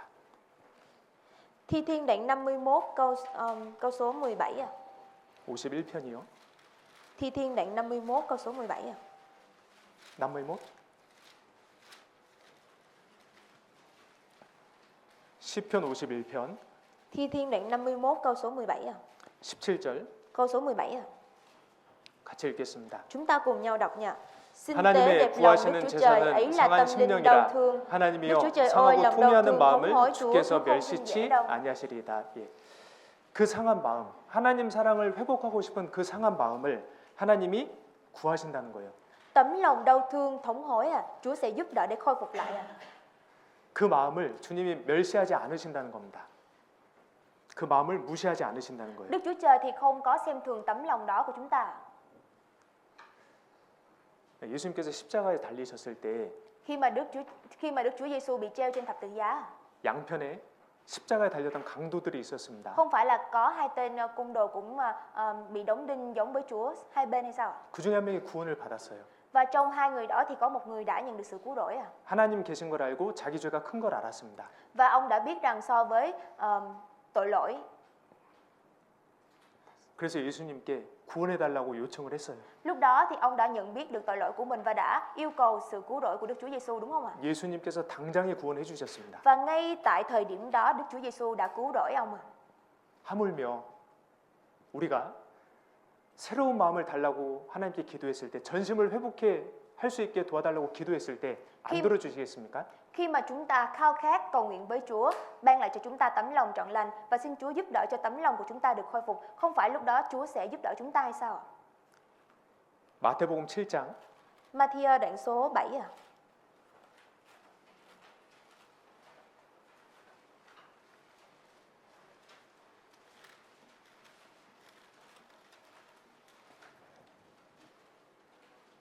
절 11절입니다. Đoạn số 7 câu số 10 câu số 11 ạ. 마태복음 7장 10절 11절. Ma-thi-ơ đoạn số 7 câu số 10 và câu số 11 ạ. 생선을 달라 하면 죄송합니다. 9절부터 11절. Từ câu số 9 nha. 너희 중에 누가 아들이 떡을 달라 하면 돌을 주며 생선을 달라 하면 뱀을 줄 사람이 있겠느냐? Có ai trong các con khi con mình xin bánh lại cho đá, hay là xin cá mà lại cho rắn chăng? 11절 같이 읽겠습니다. Câu số 11 chúng ta cùng nhau đọc ạ. 너희가 악한 자라도 좋은 곳으로 자식에게 줄 줄 알거든 하물며 하늘에 계신 너희 아버지께서 구하는 자에게 좋은 곳으로 주시지 않겠느냐?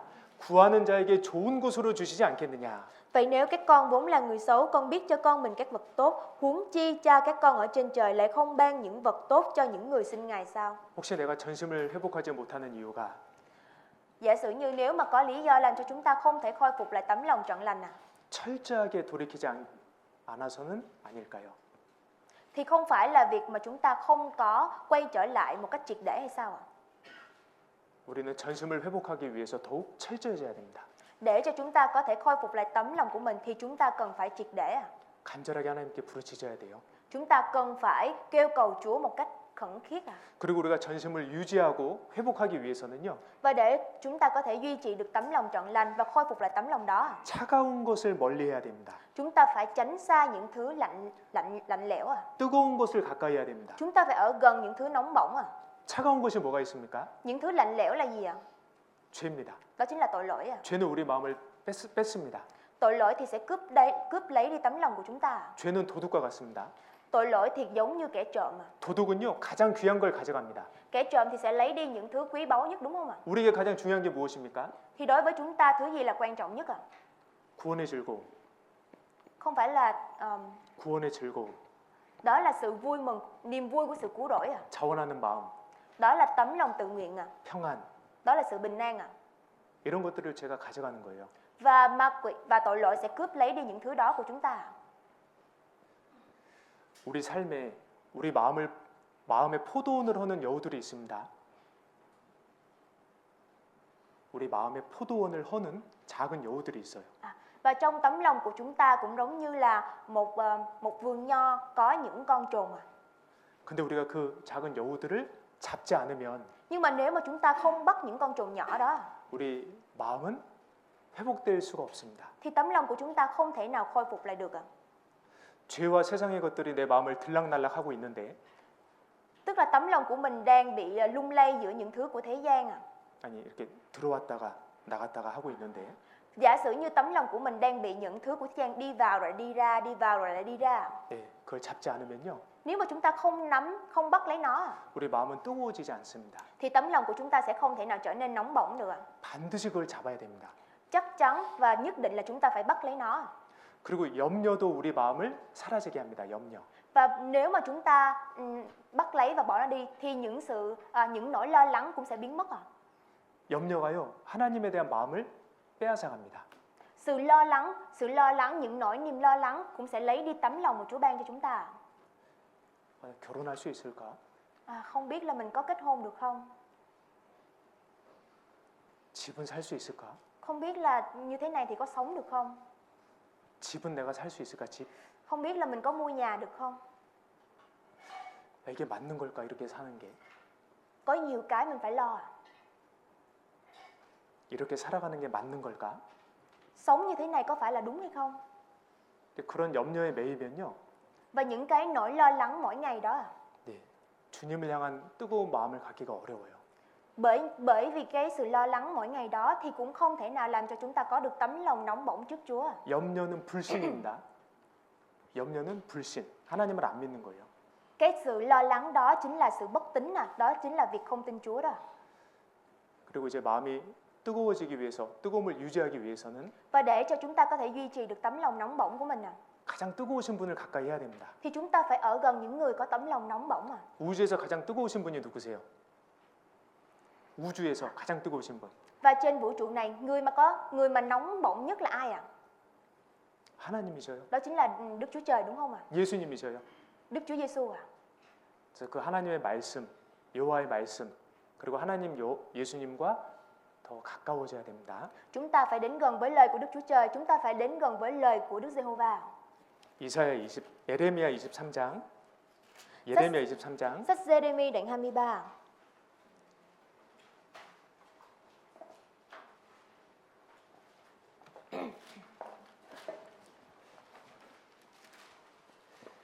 Giê-rê-mi 29절입니다. 29절. Giê-rê-mi đoạn 23 câu số 29 ạ. Giê-rê-mi đoạn 23 câu số 29 ạ.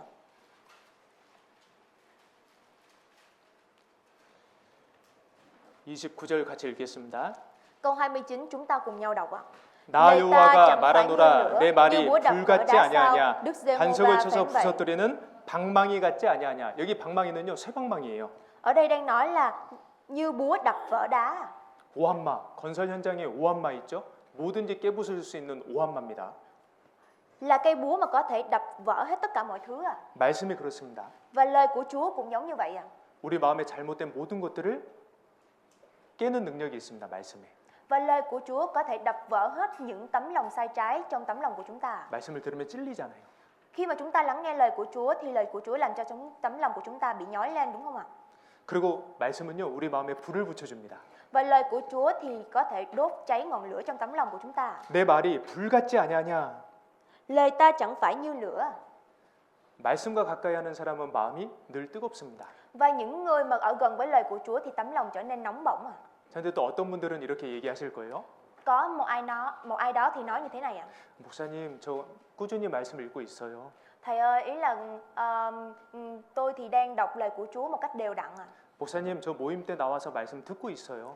Tôi cũng đang đến buổi nhóm họp để lắng nghe lời của Chúa. 근데 제 마음이 뜨거워지지 않아요. Nhưng mà tôi lại thấy là tấm lòng của mình không có nóng bỏng. 예, 그럴 수 있습니다. Cũng có thể như vậy. 이유가 있습니다. Chắc chắn là có lý do. 간절하지가 않은 거예요. Bởi vì là không có khao khát. 엠마오로 내려가는 두 제자가 있었어요. 예수님의 두 제자가 엠마오로 내려갔습니다. 예수님의 두 제자가 있었습니다. Đức Chúa Giêsu thì có hai môn đồ ạ. 그 두 제자가 엠마오라고 하는 곳으로 내려갔어요.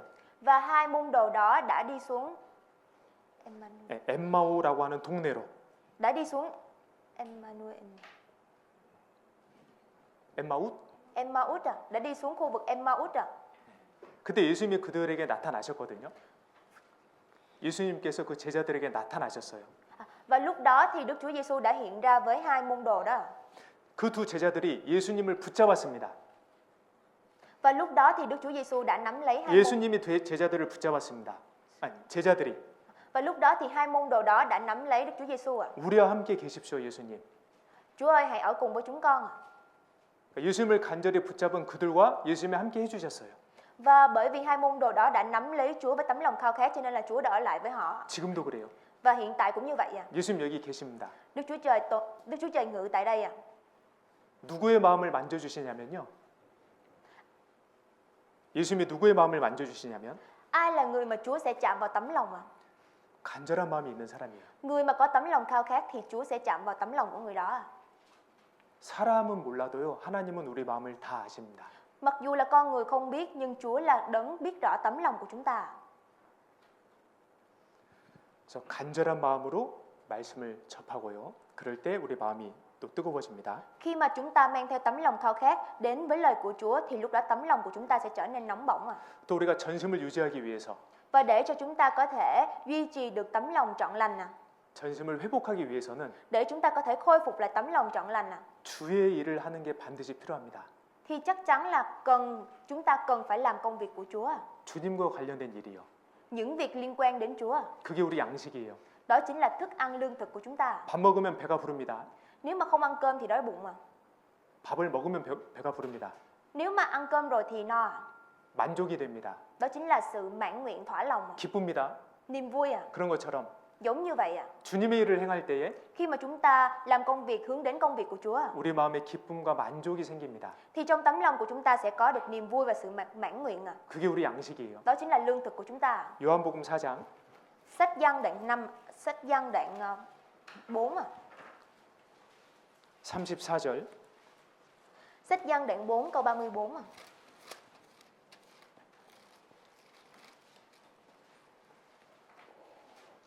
요한복음 4장 34절 Sách Giăng đoạn 4 câu số 34 à. 같이 읽겠습니다. Chúng ta cùng nhau đọc ạ. 예수께서 이르시되 나의 양식은 나를 보내신 이의 뜻을 행하며 그 일을 온전히 이루는 이것이니라. 이때 예수님이 그 사마리아 여인을 만나러 가셨을 때예요. Lúc này thì Đức Chúa Giêsu đã đi đến gặp người phụ nữ Samaria. 워낙 배가 고플 때니까 제자들이 예수님을 위해서 먹을 것을 구하러 갔다가 왔습니다. Và lúc đó là bởi vì là sợ Ngài đói cho nên là các môn đồ đã đi kiếm thức ăn và đem đến đưa cho Ngài, đúng không ạ? 근데 예수님께 이제 제자들이 양식을 드리니까요. Khi mà các môn đồ đưa thức ăn cho Ngài ạ. 예수님께서 나에게는 너희가 모르는 양식이 있다라고 하셨어요. Ngài đã nói rằng là lương thực của ta là làm theo ý muốn đấng đã. 내게는 너희가 알지 못하는 양식이 있다라고 하셨어요. Ngài đã nói rằng là ta có lương thực mà các con không biết à.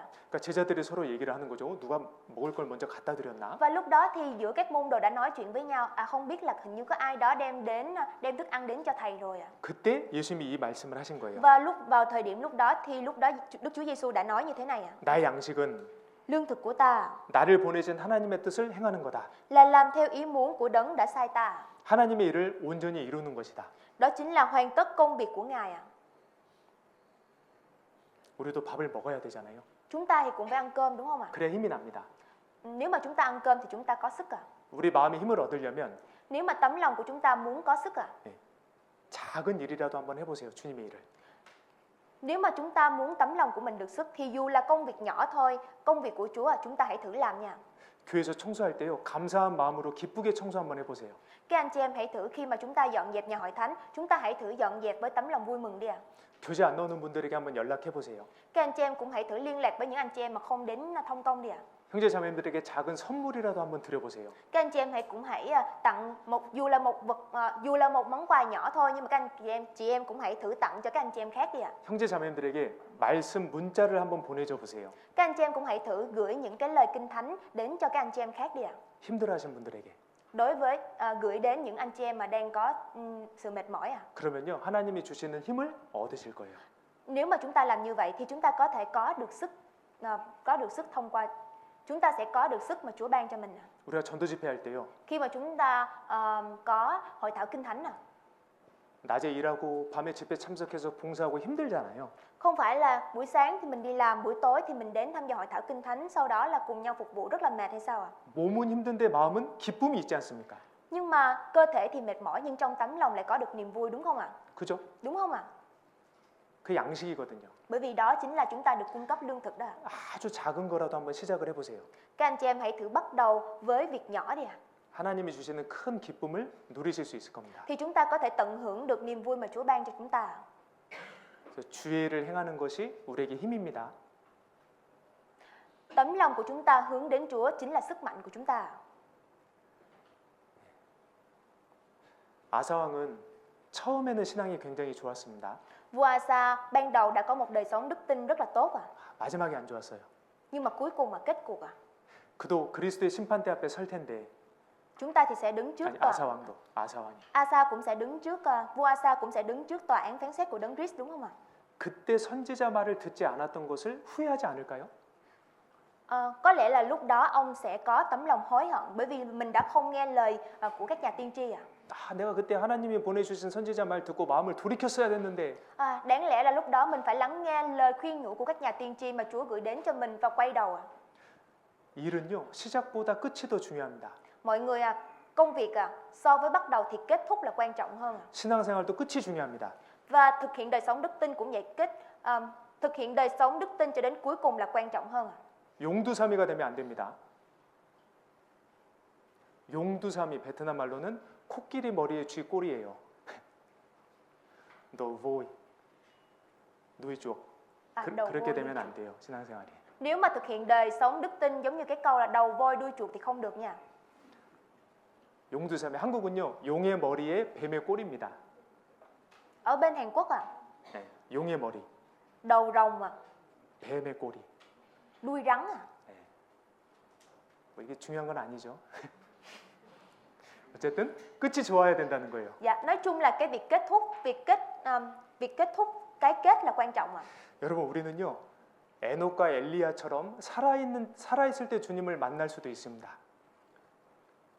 Mọi người chúng ta có thể giống như Eli và Henoch gặp Chúa. 우리 주님 곧 오실 거라고 말하고 있잖아요. Và Chúa không phải đang nói với chúng ta là 우리가 주님 곧 오실 거라고 말을 하고 있잖아요. Và không phải là chúng ta cũng đang nói rằng Chúa đang đến hay sao ạ? 주님 오시는 그날, ngày mà Chúa đến 내가 주님을 향한 전심을 품고 있을 때 만날 수만 있다면, nếu mà chúng ta mang lấy được tấm lòng trọn lành hướng đến Chúa 너무 좋지 않을까요? mà nếu mà chúng ta có được tấm lòng trọn lành hướng đến Chúa và gặp Chúa thì không phải là tốt lắm hay sao ạ? 주님도 기뻐하실 거고, Chúa cũng sẽ vui lòng 우리도 너무 행복할 것 같아요. Chúng ta cũng sẽ rất là hạnh phúc 내가 전심일 때 하나님을 만난다면. nếu mà chúng ta trọn lòng hướng đến Chúa và gặp Ngài 전심으로 회개해서 하나님의 능력을 받고 인생 마무리를 잘했던 사람을 소개시켜드리고 마치겠습니다. Và thầy sẽ giới thiệu những người đã có tấm lòng trọn lòng hướng đến Chúa. 마지막에 전심으로 회개해서 và 네, 인생 마지막에 và vào cuối cuộc đời của mình đã quay trở lại với Chúa. 네, 전심으로 회개해서 đã quay đầu ăn năn hối cải một cách trọn lòng 하나님의 능력을 받았던 và đã nhận được năng lực từ Chúa. 그리고 인생 마무리를 잘했던 사람을 소개시켜 드릴게요. Và thầy sẽ giới thiệu người có được cái đời sống trọn lành đó cho đến đời sống kết thúc tốt đẹp cho đến cuối cùng. 사사기 16장입니다. Các quan xét 사사기 16장. Các quan xét đoạn 16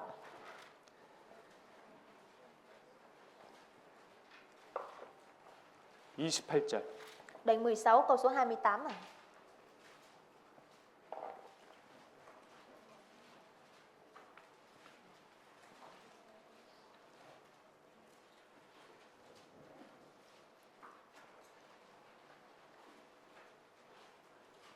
사사기 16장 28절 같이 읽겠습니다. Các con xét đoạn 16 câu 28 chúng ta cùng nhau đọc ạ. 삼손이 Bấy giờ 여호와께 Samson 부르짖어 kêu cầu Đức 가로되 Giê-hô-va 주 rằng, 여호와여 Chúa Giê-hô-va ơi, xin 구하옵나니 Ngài nhớ 나를 đến con, lạy Đức 생각하옵소서. Chúa Trời, xin ban 하나님이여 sức mạnh cho con 구하옵나니 chỉ lần 이번만 này 나로 thôi, 강하게 để con báo 하사 thù dân 블레셋 Phi-li-tin 사람이 về đôi mắt 나의 của 두 눈 con. 뺀 원수를 단번에 갚게 하옵소서 하고 이때 삼손은 전심이었어요. Lúc này Samson đã trọn lòng đối với Đức Chúa Trời ạ. 예, 아시는 것처럼 삼손은 이성에 약했습니다. 여자에 약했습니다. Giống như các anh chị em đã biết thì Samson bị yếu về mặt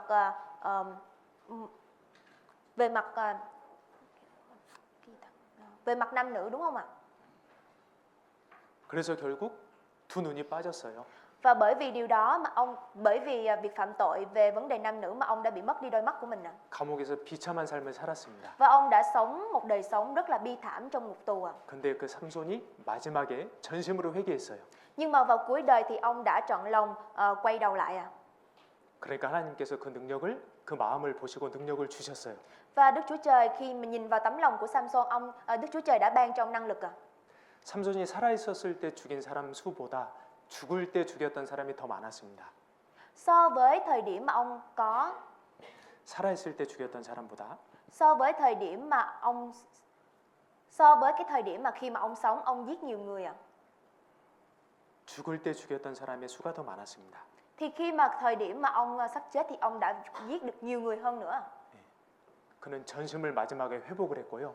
Và vào kết cục cuối cùng ông đã quay trở lại và trọn lòng đối với Đức Chúa Trời ạ. 하나님의 능력을 입고 생을 마감했어요. Lúc đó ông đã mặc lấy năng lực của Đức Chúa Trời và tiến ra phía bên ngoài ạ. 오늘은 우리 마지막 남은 인생의 첫째 날입니다. 오늘은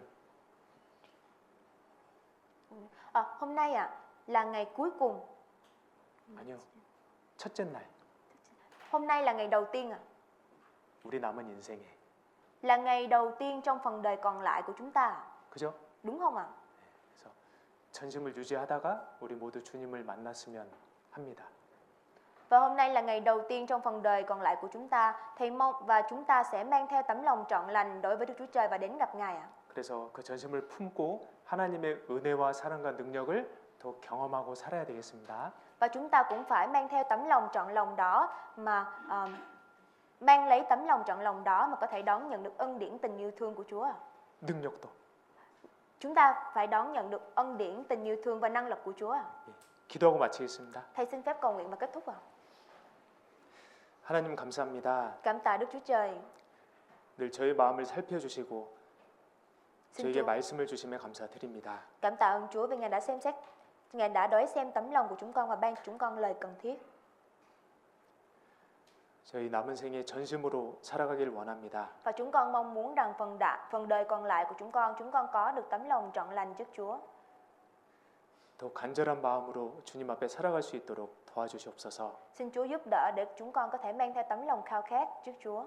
저희를 통해서 하나님의 능력이 더욱 나타날 수 있도록 인도해 주시옵소서. Xin Chúa giúp đỡ và dẫn dắt để thông qua chúng con mà năng lực của Chúa được bày tỏ. 주님 앞에서 뜨겁게 살다가 주님 배울 수 있도록 도와주시옵소서. Và xin Chúa giúp đỡ để chúng con có thể mang được tấm lòng nóng bỏng, sống một đời sống và đến gặp Chúa. 예수님 Và 이름으로 chúng con thành tâm cầu nguyện 기도드렸습니다. nhân danh Đức Chúa Giêsu Christ. 아멘.